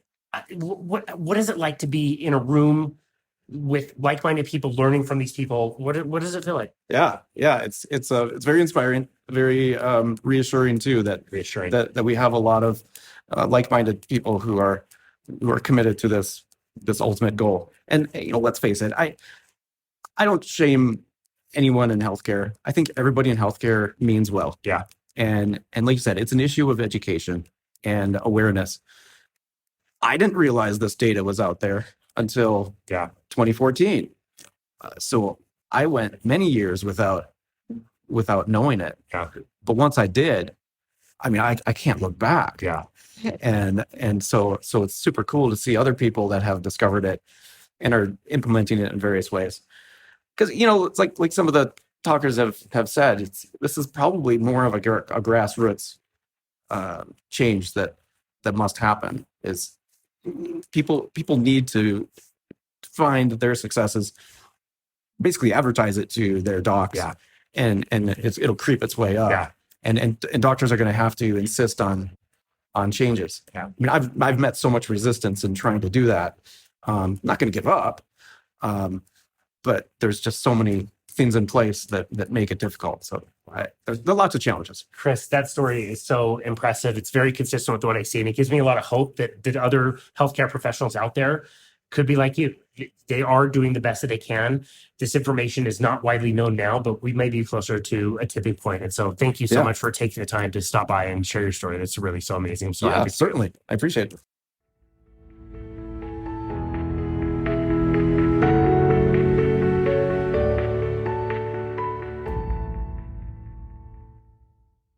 Okay, hi. I'm Olivia Kwaja, and I am here from the UK. I'm just outside of London, and this is my second large conference. It's really exciting to be here. What was your first? Low Carb Down Under just a few months ago in Gold Coast, Australia, which was also really cool. That's quite a trip for you. Yeah. I'm actually part of a charity called the Public Health Collaboration. And we are looking to try and help educate people and improve people's health, talking directly to the public, but also the medical community, and also doing some political lobbying on this topic. So does that have anything to do with the Unwins? Absolutely, yeah. Okay. So, Dr. Unwin is the chair of our scientific advisory committee. I'm on the board of trustees alongside a couple of my colleagues that are here. Cool. We've traveled over as well. So yeah, we're really, excited and inspired, to be doing that role, because it's really such an opportunity for us to really shape how we change people's health. And we're all very, very passionate about that. But also to be here and connecting with all of our international friends. That's in this amazing. space. Yeah. We've had the honor of hosting both Jen and David at the same time, and I just was blown away. Like, I cannot believe I'm talking to both of you right now. They're the most wonderful people on the planet. They are like the power couple of local. Totally. So yeah, they're very involved in the charity, and our new board of trustees that were appointed last year. We are been going through a process of getting to know each other and thinking about this area, and exchanging ideas. And we are kind of at the point now where we're pretty clear that we are really focused on metabolic health, because our name is Public Health Collaboration. There was maybe a little question mark on, is it something bigger than metabolic health? Could it be something to do with the water or to do with the air or other public health issues? But that's never been the intention of why we were conceived, which was, I can talk about that in a minute.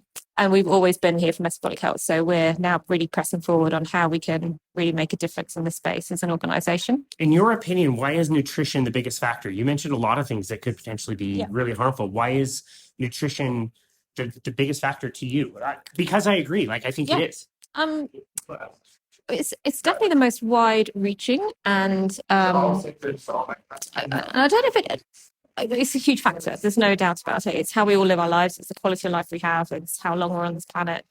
So there's nothing to take away from how important it is. But that doesn't mean that other things are not important as well. The reason we are not really focused on those things is because we are set up and we were conceived to be originally about trying to help people with type 2 diabetes. So the people that have been appointed to our scientific advisory committee tend to have a very deep knowledge of different metabolic issues. So that's what we've been set up to do, really. So we're not trying to kind of do something which is beyond our scope and our capabilities, because that would just be foolish. And we've got pretty much enough to do with metabolic health. 80% of the illnesses that our National Health Service treat are to do with metabolic health. So that's pretty big in itself and daunting on its own without us thinking really about something else. Yeah. And we're also a charity. We're a pretty small charity. We're pretty much made up of volunteers all the way through.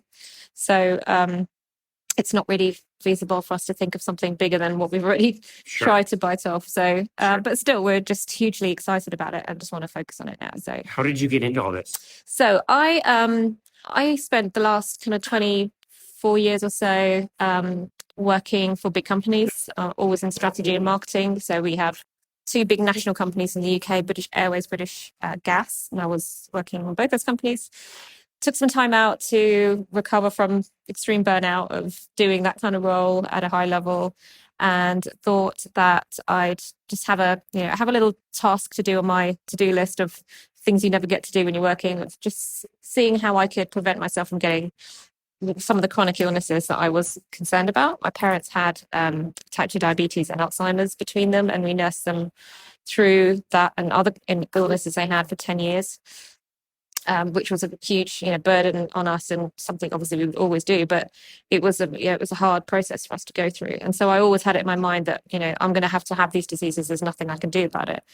And I thought, well, I'll just do some research and just check if there's anything, I can just eat a few more blueberries a week or something that might just reduce the risk of actually getting those in time. So that's where I started. And then I fell down this rabbit hole of finding out, oh, okay, so I don't actually have to get these diseases. Disease is a choice. Who knew? I wish I'd known that when my poor parents were, struggling through their years. And that was mind-blowing to me as someone who's generally, up to date on topics in the world and generally educated. That is not only a major issue. I feel like we've all been conned and we've all been put into this situation that nobody's trying to get us out of. So I then said, well, am I going to go back to a corporate life and do another job, or am I going to actually use the skills that I've accumulated into this space, which I'm now very, very passionate about? So that's why I kind of ended up in the charity that I'm in. I was keto for a couple of years and then gone to carnivore in the last year. Really thriving on carnivore and really actually very excited about carnivore because, having listened to a lot of people, I really believe it is the species appropriate diet for us. It's a hard message for people to take though, if they are somewhere very different in their diet. So I appreciate that's a slightly different message. And the main message for people has to be about getting off processed food and getting onto lower carb types of food, I think. And if you get to the point where you want to optimize even beyond that, then I think carnivore is fantastic. The way I have found it in my experience is like when I put clients on low carb, they do well. Yep. When I put clients on keto, they do even better. They lose fat. But when they go carnivore, they heal. There's healing, like things that they have dealt with for years and years and years, just magically go away. And nobody cares about the weight loss. And I thought the point that Sean Baker made yesterday was so impressive and valuable that what if I told you that you would die of heart disease? Let's say we're wrong about cholesterol. Yeah. Everybody here is wrong about cholesterol. You're going to die of heart disease in 3 years. Would you stop carnivore? And people say no. No, I'd rather eat this way. So true. We've got to stop looking at it as, we're accumulating some major issue in the future.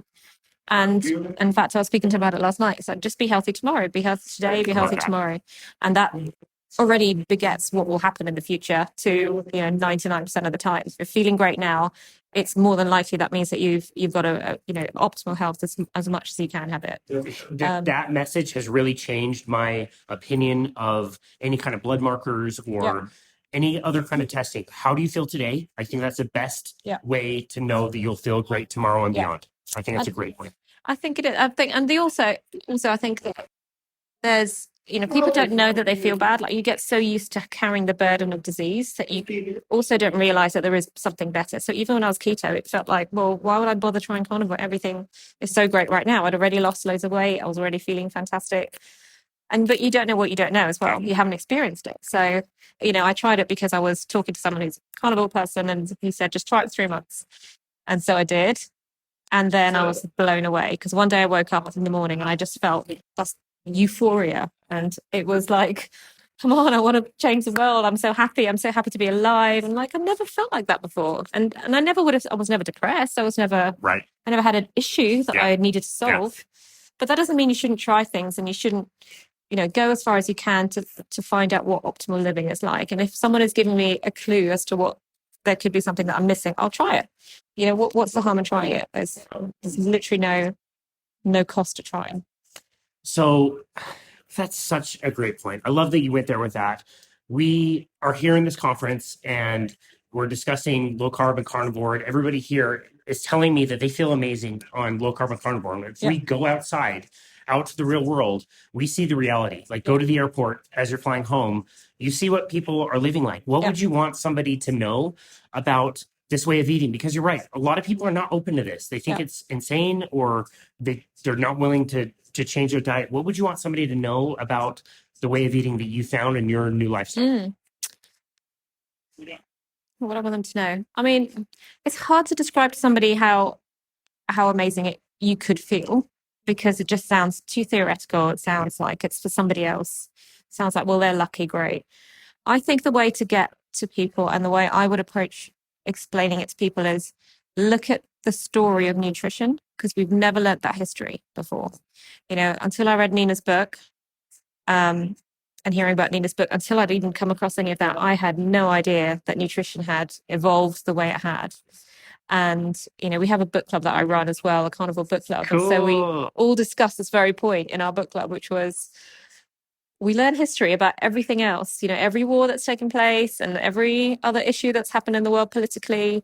Why are we not learning nutrition history, which is the foundation for humans to thrive and understand all of the different, you know, kind of factors that have, you know, different sides of the argument, not necessarily to get you to a solution that we want, but just, you know, how we evolved, how has nutrition changed, how is nutrition, you know, now coming through? Is that the right way? What are the different sides of the debate? None of that is accessible or even considered as something that people should know about.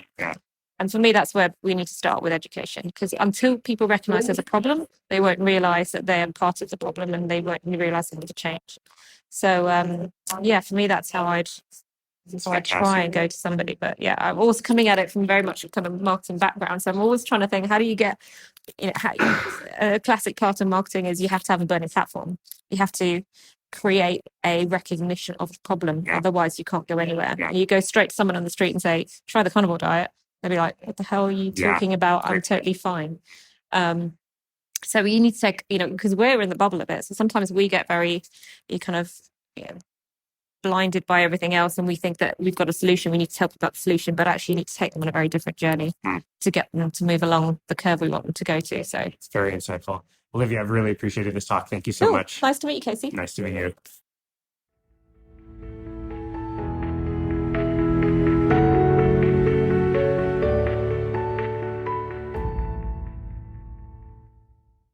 So my name is Amy Herrera. I live in Santa Fe, New Mexico, and I'm a nutritional detoxification specialist.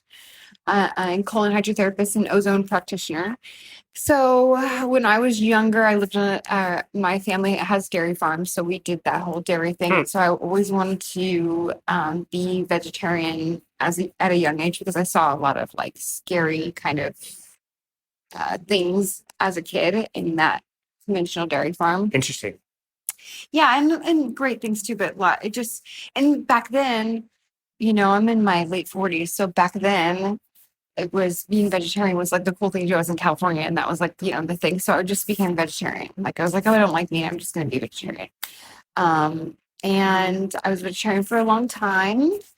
And then, and I was in fashion. So of course, vegetarianism, thinness, all of that, especially in the 80s and 90s was really like pervasive. Like, so I, you know, the thinner the better, that whole thing. So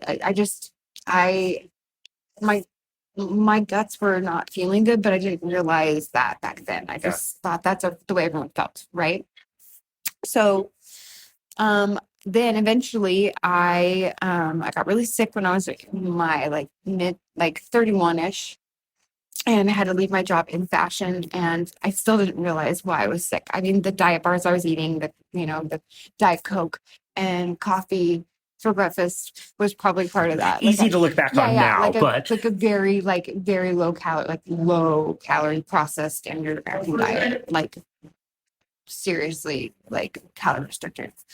And no sleep, things like that. Going to the gym and working out, like in 24-hour fitness, going and working out at like midnight, you know, because I get my workout in, you know, that was the most important thing. So anyway, so then I moved to Mendocino and became a raw foodist and a raw food chef.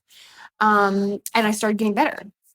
I literally started feeling like I was healing, green juices and just raw vegan, to the max, living in a community of raw vegan people.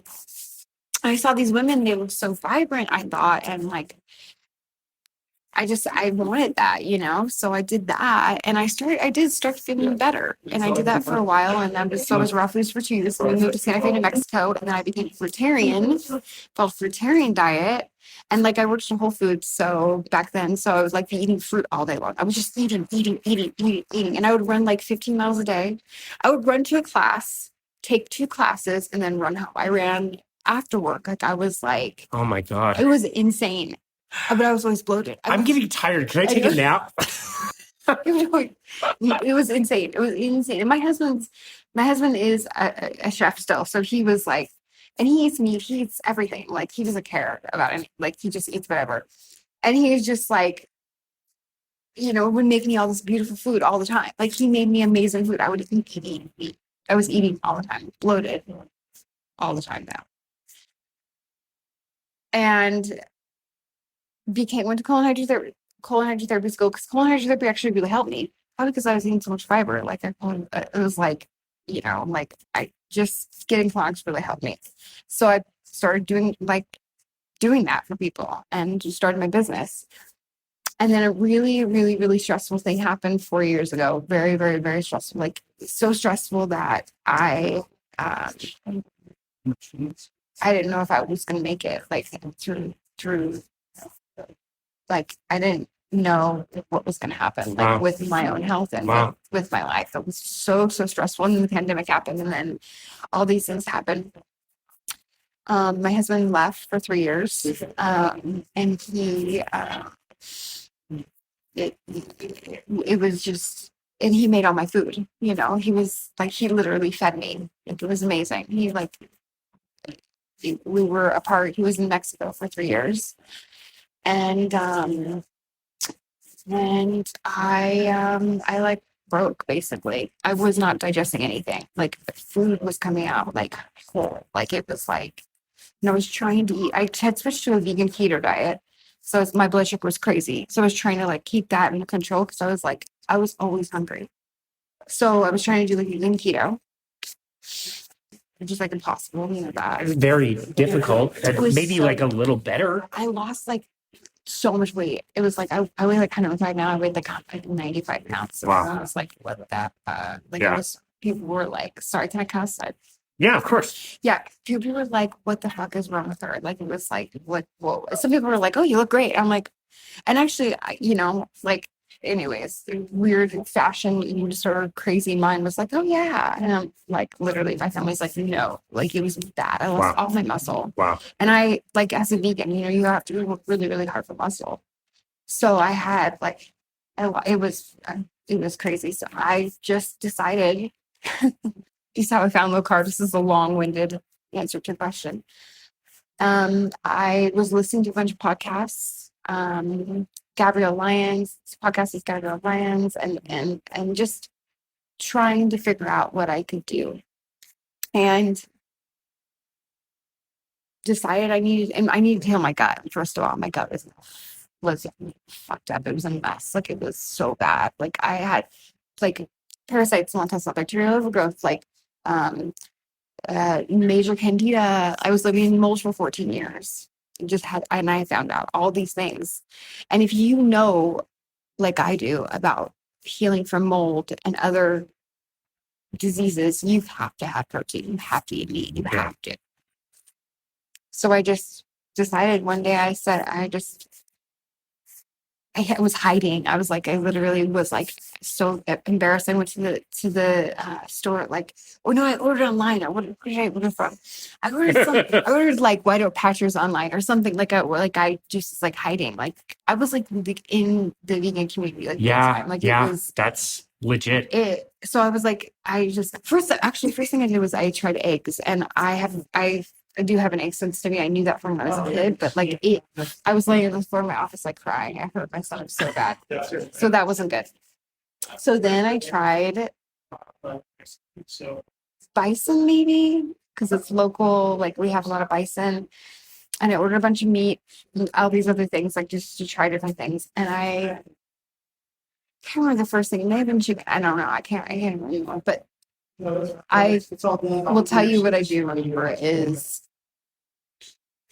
sitting in my house, crying, having like an anxiety attack. I called my neighbors who are my landlords and told them I was having a heart attack, and we called EMS because I thought I was having a heart attack, but they came to my house. Okay. EMS comes to my house. I have like a Peloton, all these weights. I have a full gym in our house. And they're like, you are not having a heart attack. They're like, do you have any like mental issues? They're like, because I was having an anxiety attack because I was eating meat for the first time in 28 years. Wow. And it was so fucking stressful for me. Wow. I was alone. I felt so guilty. But the crazy thing is, after that experience and the EMS left, they're like, did you change your diet or something? What's going like they're like, something is not. They literally asked me if I changed my diet because the reaction I was having, I think, was like maybe in mineral amounts. I don't know what the hell was going on. They asked me that, which I found interesting. Anyway, a couple days later, I kept doing it. I kept eating, see, this chicken at first, and then it turned around to bison ground. And I would like make my little lunches and hide at work. So no one would see me. And I started feeling better. And I wasn't bloated. And my stomach didn't hurt. And it did it for 8 months. Like straight. I didn't really tell anybody. And then I started slowly telling people. And I have clients that are like, oh, you're just eating meat now? Like, they're like, so, because people are so, they think that veganism or vegetarianism and meat is so bad for your intestines. I'm like, I'm an expert. I see people's poop all day long. Yeah. Do you know how much undigested food, like plant matter, I see in people's poop? Like all day long? Like a lot. Like goji berry. This is good. Sorry, I'm just saying. No, this is great. Freaking goji berries and like sesame seeds and sunflower seeds and pumpkin seeds and like pieces of like kale and like huge chunks of sweet potato. And I'm like,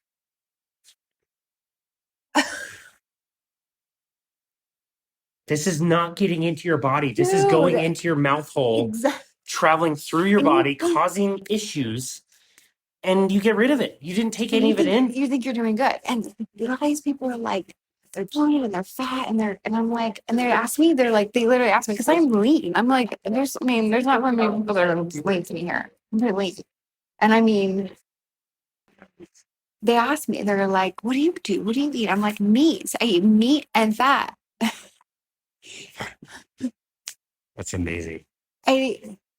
I literally, like, here's the other thing. I went to this raw, so I went on this cleanse because one of my clients, because I have pretty wealthy clients. So one of my clients was like, she was sick. So she was like, will you come to this, take me, basically be my chaperone to this raw cleanse? It was like something that I would have done a long time ago. Like, I would have probably been the chef at one of these things. But you were not doing that at the time. This is after, like, this is like a year ago. Okay, got it. So she's like, can you come to this with me? And do this juice fast. And I did. I went to this thing and I did this juice fast with these people. And they were like you should have seen the propaganda. Like, that was there. Like, I did a 5-day juice fast and it's fine. I probably lost like 5 pounds though, but the propaganda was like, they were talking about like, fat makes you fat and like just all the things about animals, and it was crazy. I was like sitting there listening, and I was like combative. I was like challenging everything they were saying.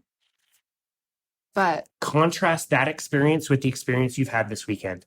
What's the difference? Because we could do the same thing. Carbs are bad. Mm-hmm. Vegetables can cause harm for people. We can get really locked in. So what is the difference? This could be considered the same thing. There was just a lot. You're right. But it's not like that because, well, first of all, there's science that's backing this up. A lot of this was just like propaganda when I was at this event. They were also saying that fat makes you fat. It was just like, fat doesn't make you fat. If fat made you fat, I'd be fat.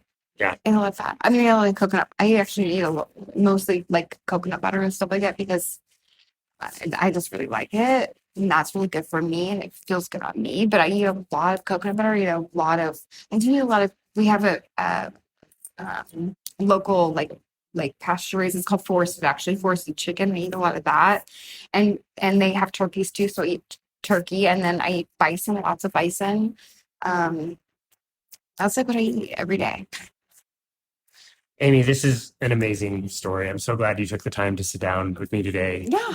So Yeah, grateful thank that you you. found that you could find healing in something that was different than what you were taught, and that you had the courage to step out of that. And so glad you're here over this weekend to learn from all these people. And Thank yeah, I have to question myself all the time. Like, am I getting too locked in? Am I focusing too much on this one thing? Am I getting too obsessed with this one thing? And it's like, you spend a weekend with like-minded people who really are sharing the science, and like they're doing things that people are not doing, that have not been done, and they're blowing minds. And it's really amazing. I think it's so cool, your story. And Yeah. I mean, I think that I've saved myself a lot of, well, definitely my bone density. I had the bone density of like a 63-year-old woman when I was like 30, I swear. Wow. It was bad. So that's one thing. yeah, I mean, but that still didn't wake me up. I still was in it. I was, because it was for the animals. Yeah, I right. thought it was for the animals. Yeah. That's the thing. That's the biggest thing. But you need animals Yeah. in this whole thing. Yeah. So it's like, I didn't understand that. Yeah. I was so in that. And yeah, I mean, we all have our own stories, but food it makes a difference. That really saved me. yeah. So That's incredible. Thank you for Thank you. for listening. Of Thank you course. for No, doing what we you all have do. our own I mean, stories, you and have I'm like, yeah, So I'm good for so you sharing obsessed with listening to, and your voice. I love your voice. It makes me happy. I hate my voice.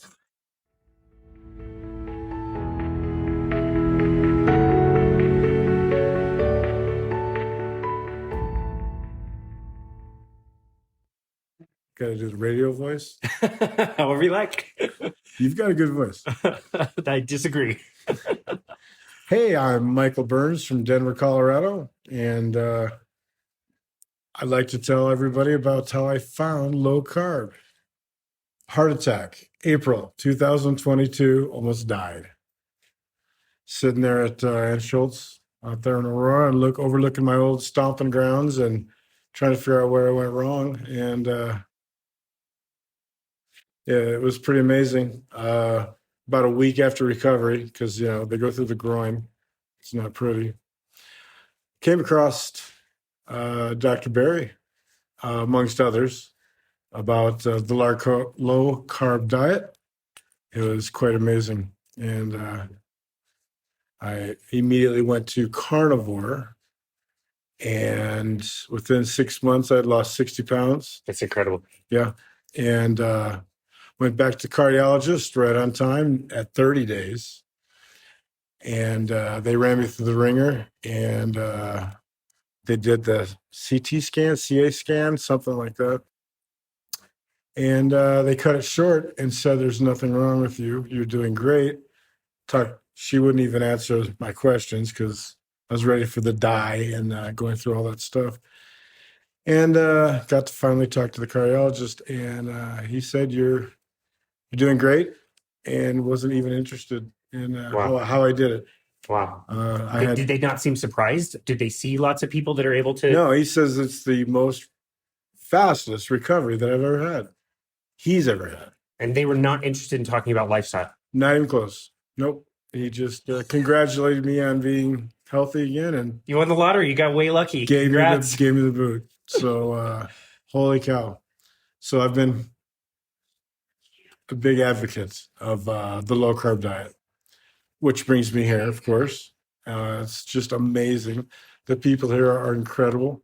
First ever conference, low carbohydrate conference you've ever been to? Yeah, absolutely. Absolutely. It's a wonder, that I'm even here. But now I'm going to start spreading the word, which probably to you, of course. Well, that is absolutely amazing. Now, Dr. Ken Berry is here. Yes. So is Sean Baker. I think they're all doctors. I'm not sure. But Have you been able to talk to him? And oh, yeah. what did he say? He just nodded and smiled because, you only got a minute with him or 2 minutes with him personally, if you keep an eye out for it. And he sees it all the time. And that's what blows my mind. All of his patrons, or whatever you call them these days, have the same stats. Your triglycerides go from 300 to 60. Average of 90 is okay. So here I am dying at 385 or something. Weigh 265. Now I weigh under 200 pounds today. You look great. I eat meat, and then a couple of things once in a while, and then I eat meat. Fattier the better. You lose weight faster on fatty meats. I would like to learn how to spread the word, so I came here because all these people here are spreading the word, but they're coming up with the stats that are just blowing my mind on how the establishment is against it, against health.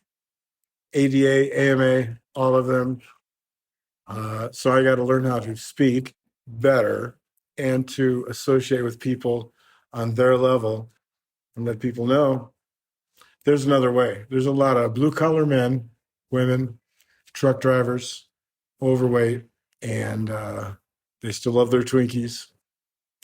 And I'd like to show them a way before they become a statistic like me with the MI. This is so fascinating because most of the people we talk to are the Dr. Camberries and the Dr. Sean Bakers and all of these experts. And it's amazing. I'm now sitting in front of somebody who didn't know anything about low carbohydrate less than a year ago, almost died, completely turned his life around because of this message.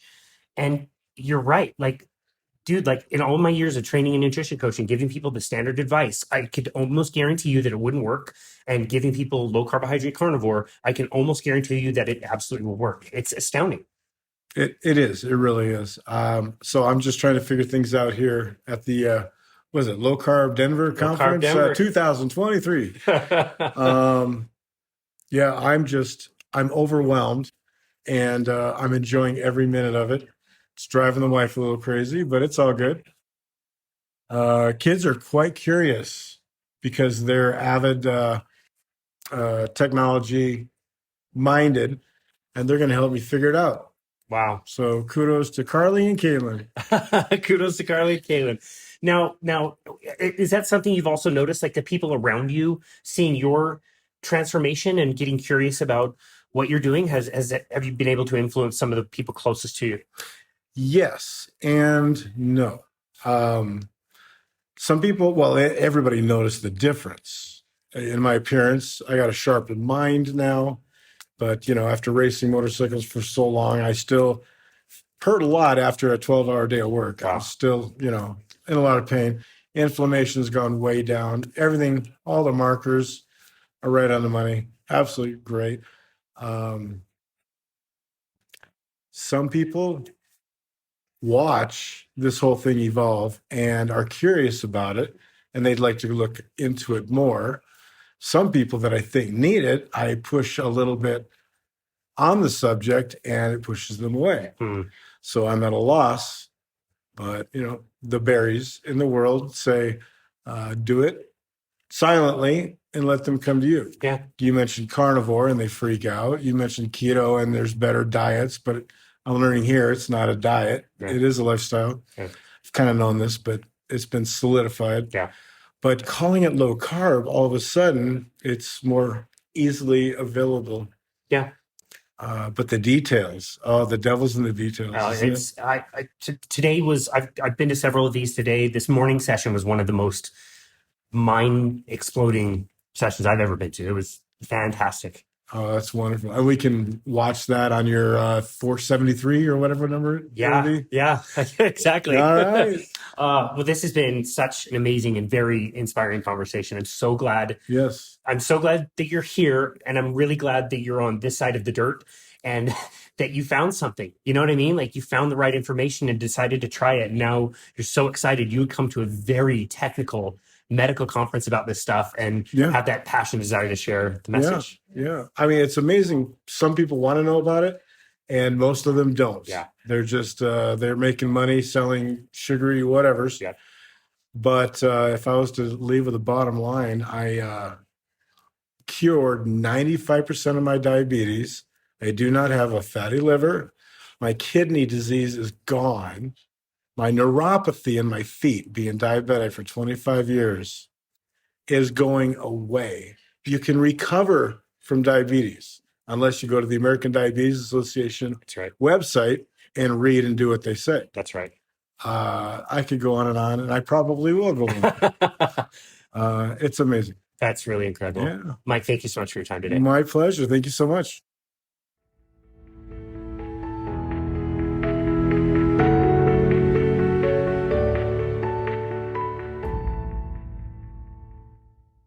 It is windy. I knew the sound quality wasn't going to be the best anyway for doing something like this. Yeah.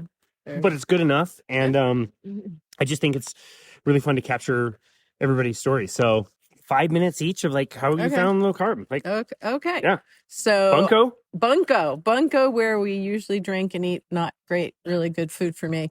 But my Women friend, are card sharks. If you're over 50 and you play any card games, you Yes. guys are card sharks. yeah, we are. Yeah. And this is with dice, actually. So we're dice. Oh, sharks. is it? Didn't know that. Yeah. And so anyway, my friend Maria had done it 2 years before I had asked her numerous times how she managed to lose the weight. And she kept telling me NSNG, Vinnie Tortorich, no sugar, no grains. And I would look at her and go, yeah, that's great. You look awesome. And then finally I reached a point where I was regaining weight I had lost, and I was going to have to buy a new set of clothes again. And I said, that's not what I'm going to do.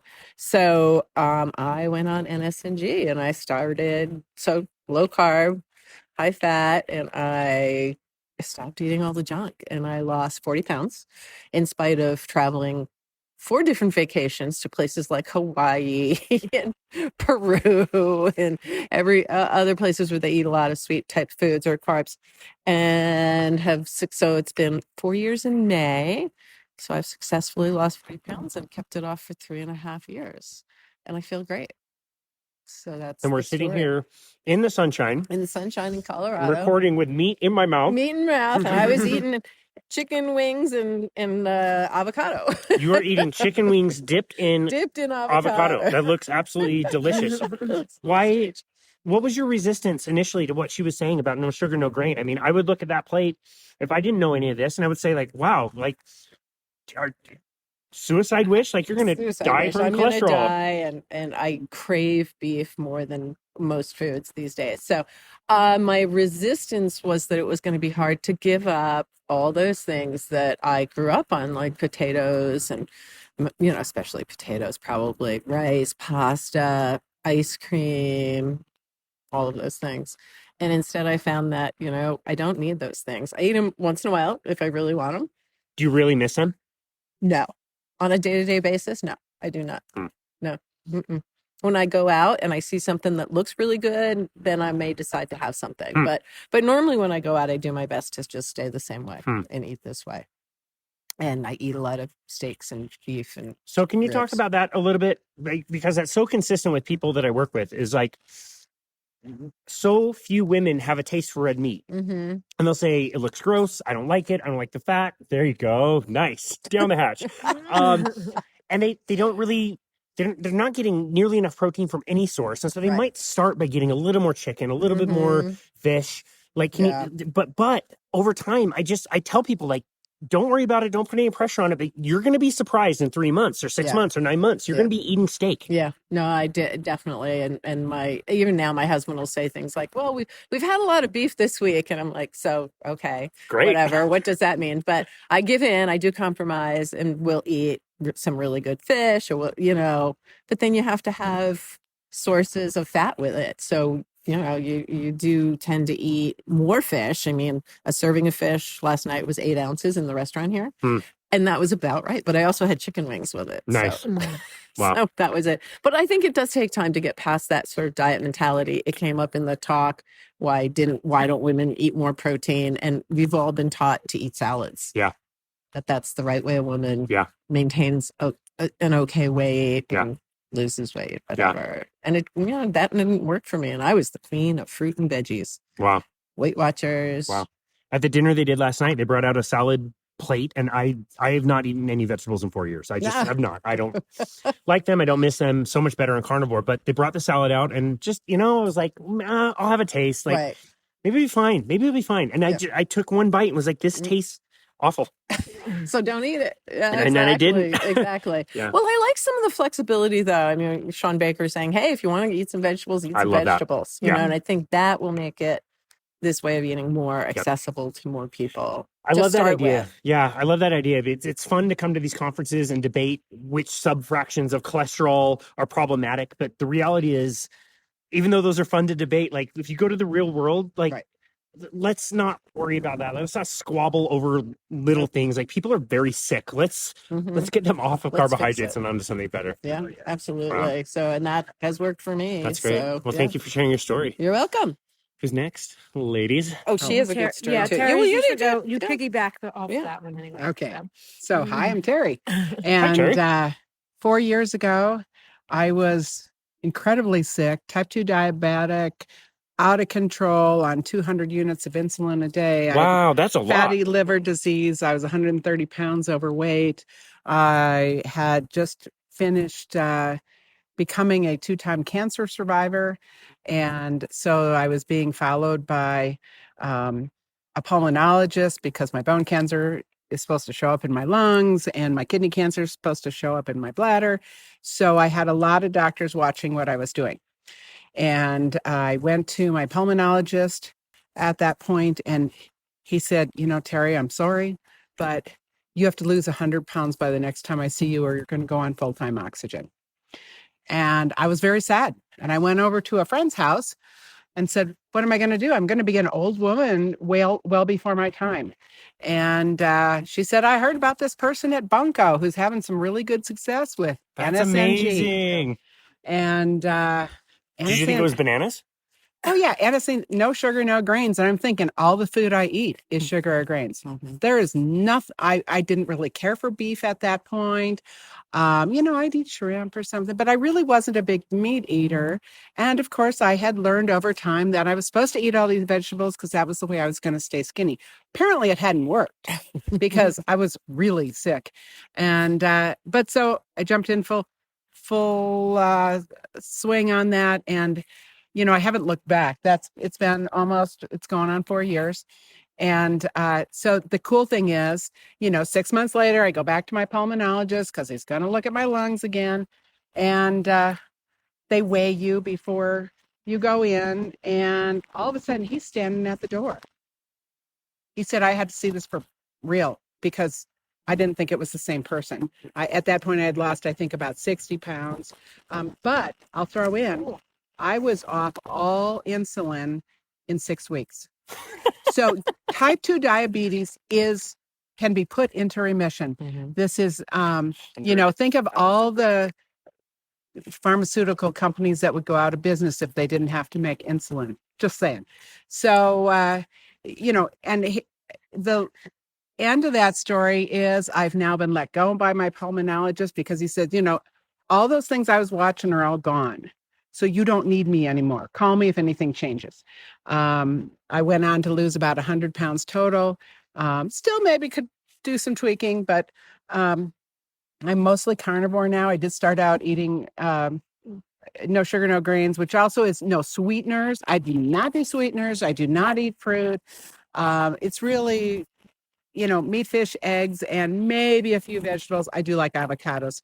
But I really don't miss anything, and I am so much more healthy. Just imagine, I was on all that insulin, and I don't have to take insulin. I'm actually off all my meds now. I was on heart meds. Because there were other problems too. It's all gone. It's totally all gone. I feel great. I eat NSNG, but I also call it, with Dr. Ken Berry, the proper human diet. Mostly carnivore, other than throw in a few little bits here and there. It's saved my life. So then another time I went to that pulmonologist before he released me. And because I was healthy at that point, he took the entire appointment to say, tell me what you've done. I need to know. That was going to be one of my questions. He did ask. This is an amazing doctor. Yeah. And so he asked me, what have you done? And I started telling him, and he cut me off and said, that everything you're saying is totally against what I've learned in medical school. And I said, I know that. And how many of those people? Oh, because one thing he said was, he said, do you know how many people I've told lose 100 pounds or you go on oxygen? It's like, I don't know. He goes, I've been saying that for decades. He said, do you know how many people did it? I don't know. And he says, 1. I'm like, oh, good for them. He goes, no, Terri, it's you. You're the only one who has ever done it in decades. So that's when he started asking me, what are you doing? And we took the whole appointment for me telling him. And I hope that helped other people, because the key is we got to get this out there. These diseases are not lifelong sentences to misery. They can be, you can go into remission. There's so much more life out there if you're eating properly. And I can tell you, this is maybe not to sell it, but I have done 0 exercise because I did have bone cancer. My leg's been rebuilt. It took me years to really learn how to walk again without pain and all this kind of stuff. So I did this without exercise. And I'm not unique. Everybody can do this. This is not hard. And I wasn't a meat eater, but now, right in front of me, I've got no sugar pulled pork. I've got bacon. I just finished an egg cup that had bits of prime rib You in got your it. friends reaching over, stealing all of it. Like, Yeah. look, bacon, that's so good. It's a shared amount. So I don't believe in sharing bacon that often, but we made enough. But I had egg bites that had prime rib or not prime rib. It was ribeye in them. I mean, there's a lot of good food to eat, and it's food that's good for me. It's not food that is terrible, and it's not hard to do. And being a Weight Watchers person for decades, that never worked. How old are you? I am 65. You are kicking ass. Thank you. Taking names. It's just the best ever. And I could have been dead by now. I truly could have. My diabetes was so out of control. They were trying to figure out what else could they give me. I was already on tons of insulin and everything else. Nothing was fixing it. Well, I was also eating the standard American diet. I did. Fruit's healthy, right? Eating a bunch of fruit. So now I'm really on a mission because I have a son with severe disabilities and mental illness. And I know that the home he lives in feeds him the standard American diet. He's eating carbs and sugar. That's really what he's eating. And I'm on a mission to attack the mental health agencies. And that's why I wanted to hear Chris Palmer so much. God bless Dr. Chris Palmer. Amazing. Because that book. He brought, I inhaled the book, listened to his talk. He brought me to tears because it means there's hope out there. Yeah. There's hope. This is all mental illness is all the mitochondria. It's a metabolic disorder. And there are ways to make it better. There really are. I truly believe that. And we just need to get all of the agencies and everything else that don't believe this is true. We need to get them on board. And I heard there was going to be a bill up at the legislature. We haven't found it yet, but I've heard rumor that there's going to be one about bringing in low carb into some of the mental health institutions here in Colorado. Man, if I can find that, I'm up there testifying on the Hill. I swear I'll do it because this message needs to get out. So thanks for doing your podcast. Thank you for sharing that. That is so you're powerful. Getting the message out, and in any way it can get out, everybody needs to hear this. I agree. I think we all have a voice and we all have a part of sharing, big or small, whatever. It doesn't matter. Terri, that's amazing. Thank you. One more to go. Let's hear about your story. Okay, hi. I'm Robyn. Hey, Robyn. Cool sunglasses, by the way. Oh, thanks. They're my actual glasses. They just tint up. So nice. Yeah, but I like purple. So I have been low carb NSNG for almost 6 years now, and I heard about Vinnie Tortorich through what we call the Corolla effect. My husband listened to Corolla and told me about it, and then through a series of events, that was the option that I chose. The reason why was I was just turning 40. I had gone to a doctor's appointment and standard blood test, and my 40-year-old rite of passage was being told I was going to have to be put on statin. And so thankfully I knew enough to say, you know what, there's another way to handle this. I asked my doctor if he would be okay with me trying a dietary intervention instead. And, will I die between now and 6 months from now? And he said, no, let's do it. So I did. And between, I can't remember exactly how much weight I had lost because it was never about weight for me, but between those 6 months, I'd lost probably 20, 30 pounds. And this is NSNG. You went no sugar, no went grain. no sugar, no grain, NSNG, started listening to Vidi religiously, at that time I was still eating vegetables and it was just a combination of vegetables and meat cooked in healthy fats, as in usually bacon fat or maybe olive oil, so Healthy something like fat that. is Healthy bacon fat? yeah, What? absolutely. So within that 6 months, I went back to the doctor and we did the blood tests again, and he agreed that what I was doing was great, and we didn't go on the statin, and he said, just keep doing what you're doing. Was he curious to learn about what you were doing to share with other patients? Absolutely not, but he was at least supportive of me. So That's something. He was just, it wasn't as most standard doctors these days, they don't have the time to have that conversation. So he didn't have the time to have that conversation. He just knew that whatever I had chosen to do was working, and we really did not talk about that diet at all. And also, to use the word diet, I never considered it what people usually associate with the term diet, as in I'm going on a diet. I was making a dietary change. I was changing my life based on the food that I was consuming. So in the course of that time, my husband lost his job. They did some downsizing. He couldn't find work. We were living in South Carolina at the time. He couldn't find work, and we made the decision that we should move to Texas. So this is when I started realizing, and where I didn't say, I had suffered for well over a decade with depression and bipolar disorder. And I have 2 children. They were young at the time, and I feel like I just missed their life. But when we made this move, I realized that I was able to handle, first of all, the fact that my husband was gone 3 months before the rest of us. So I was handling packing up a house, doing all the last things that the kids could do while we were still in the home that they grew up in for 10 years. And I just started realizing I was not panicked. I was not anxious. I was just kind of going with the flow. And I was like, maybe I don't need these meds anymore. I was on a cocktail of meds. I can't even tell you. Every time I saw a different psychiatrist, I was given a different pill. Nothing was working. I just was always going from pill to pill to pill, to the point where I was basically just a lump in the corner of the room, just watching life go by. I had to set an alarm to wake up, to take the kids to school, to go home, to go right back to sleep, to set an alarm to wake up, to go pick up the kids from school, to get them fed, bathed in bed so that I could go back to sleep. And that was my life for a decade or more. So realizing that, I was starting to kind of see color again. The world wasn't gray.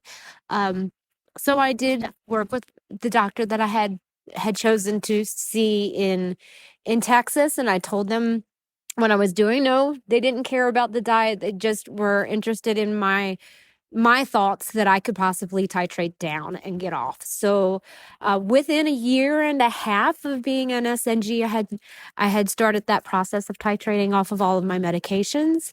And by 2 years in, I was completely off all medications, and I have not gone on an antidepressant or an antipsychotic since. And this is my life. This is how I eat.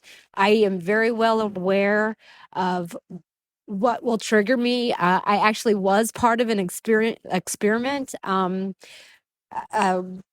because it turns out that I am LMHR, lean mass hyperresponder, and we were trying to control to see, and I went into this willingly, knowing it was an experiment, if adding a little bit of carbohydrate back into my diet would actually reduce the numbers of the extremely high LDL that I had.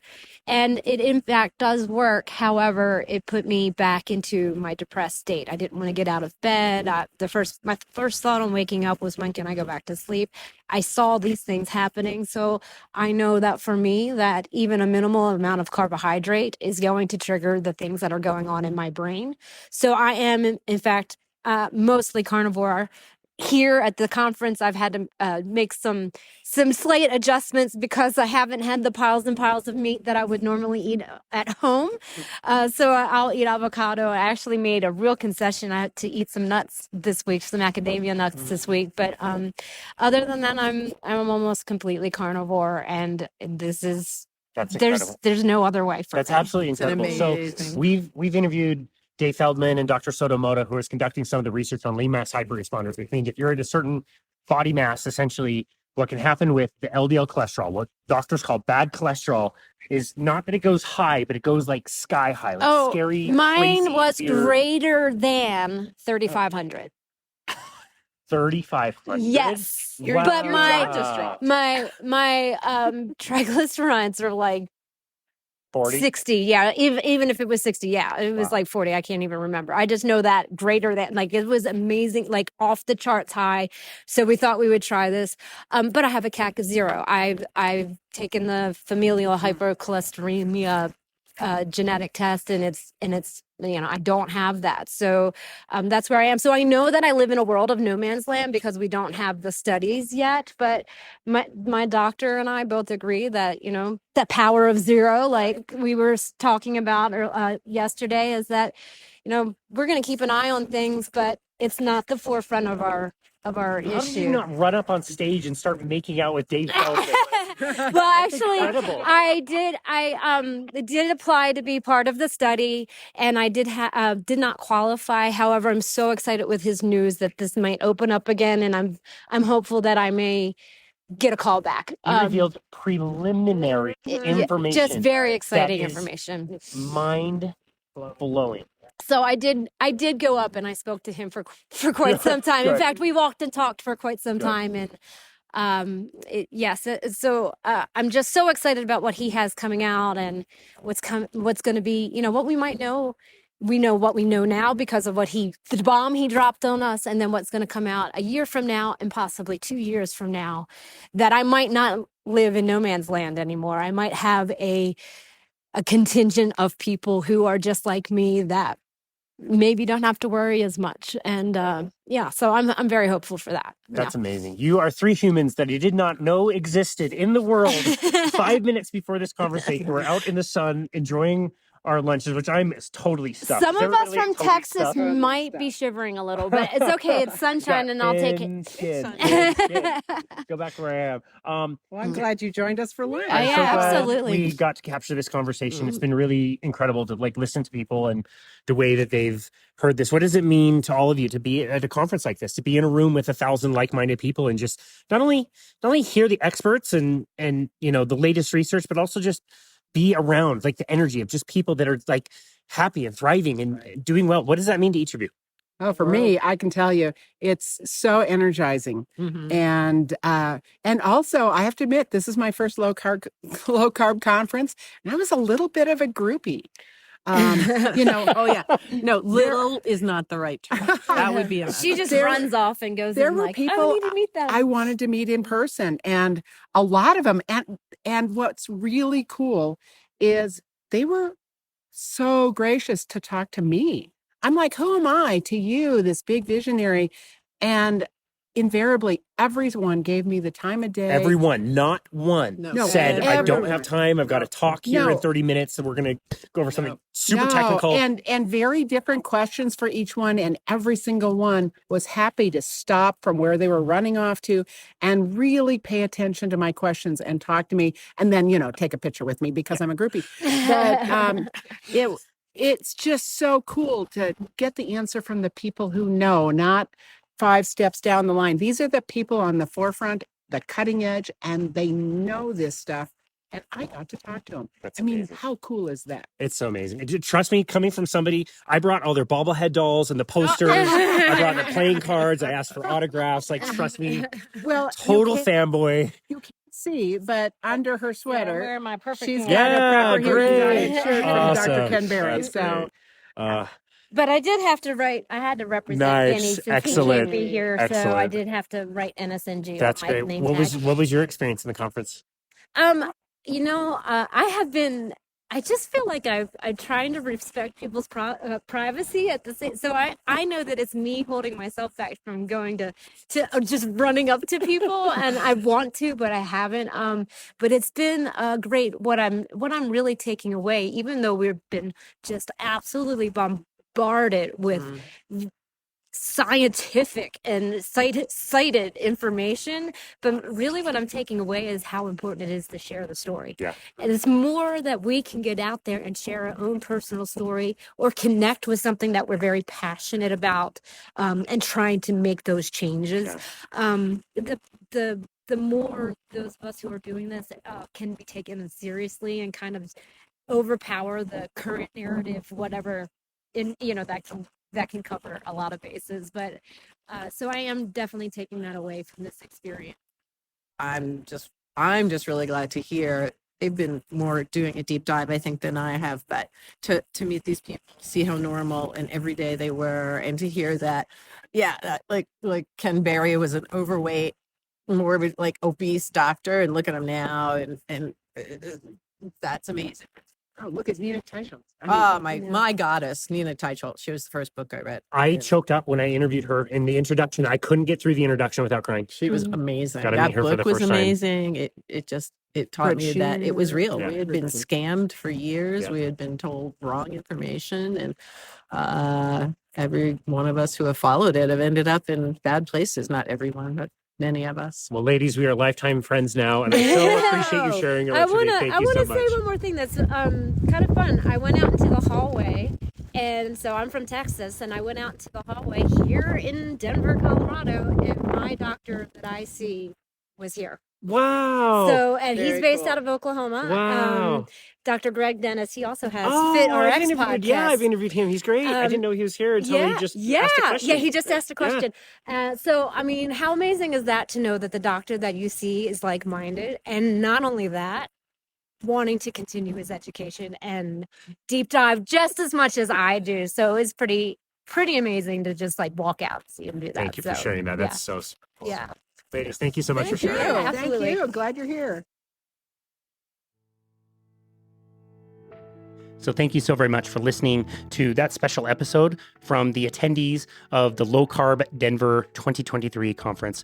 I hope you can understand why I got a little bit choked up in the introduction, that those stories are very, very special. And I just think of all of those people as individuals and the lives that they live and how low carb has changed their worlds. It's just really powerful and special. And again, I hope you get inspired by that. Please, if you don't mind, if you haven't already, leave us a rating on Apple podcast. It's a really great way for other people to find this show, and we really appreciate all of the reviews that you leave us. It's really wonderful to see this show grow over time. Definitely check out episode 413 with Jeffrey Gerber as we talk about the conference as part of his story and how he puts it on and all the things that go in with that. And if you're ever considering going to a low carbohydrate conference, I've said this many times, you will not miss the money. You will not miss the time that it took to travel. You will not miss a weekend of your life.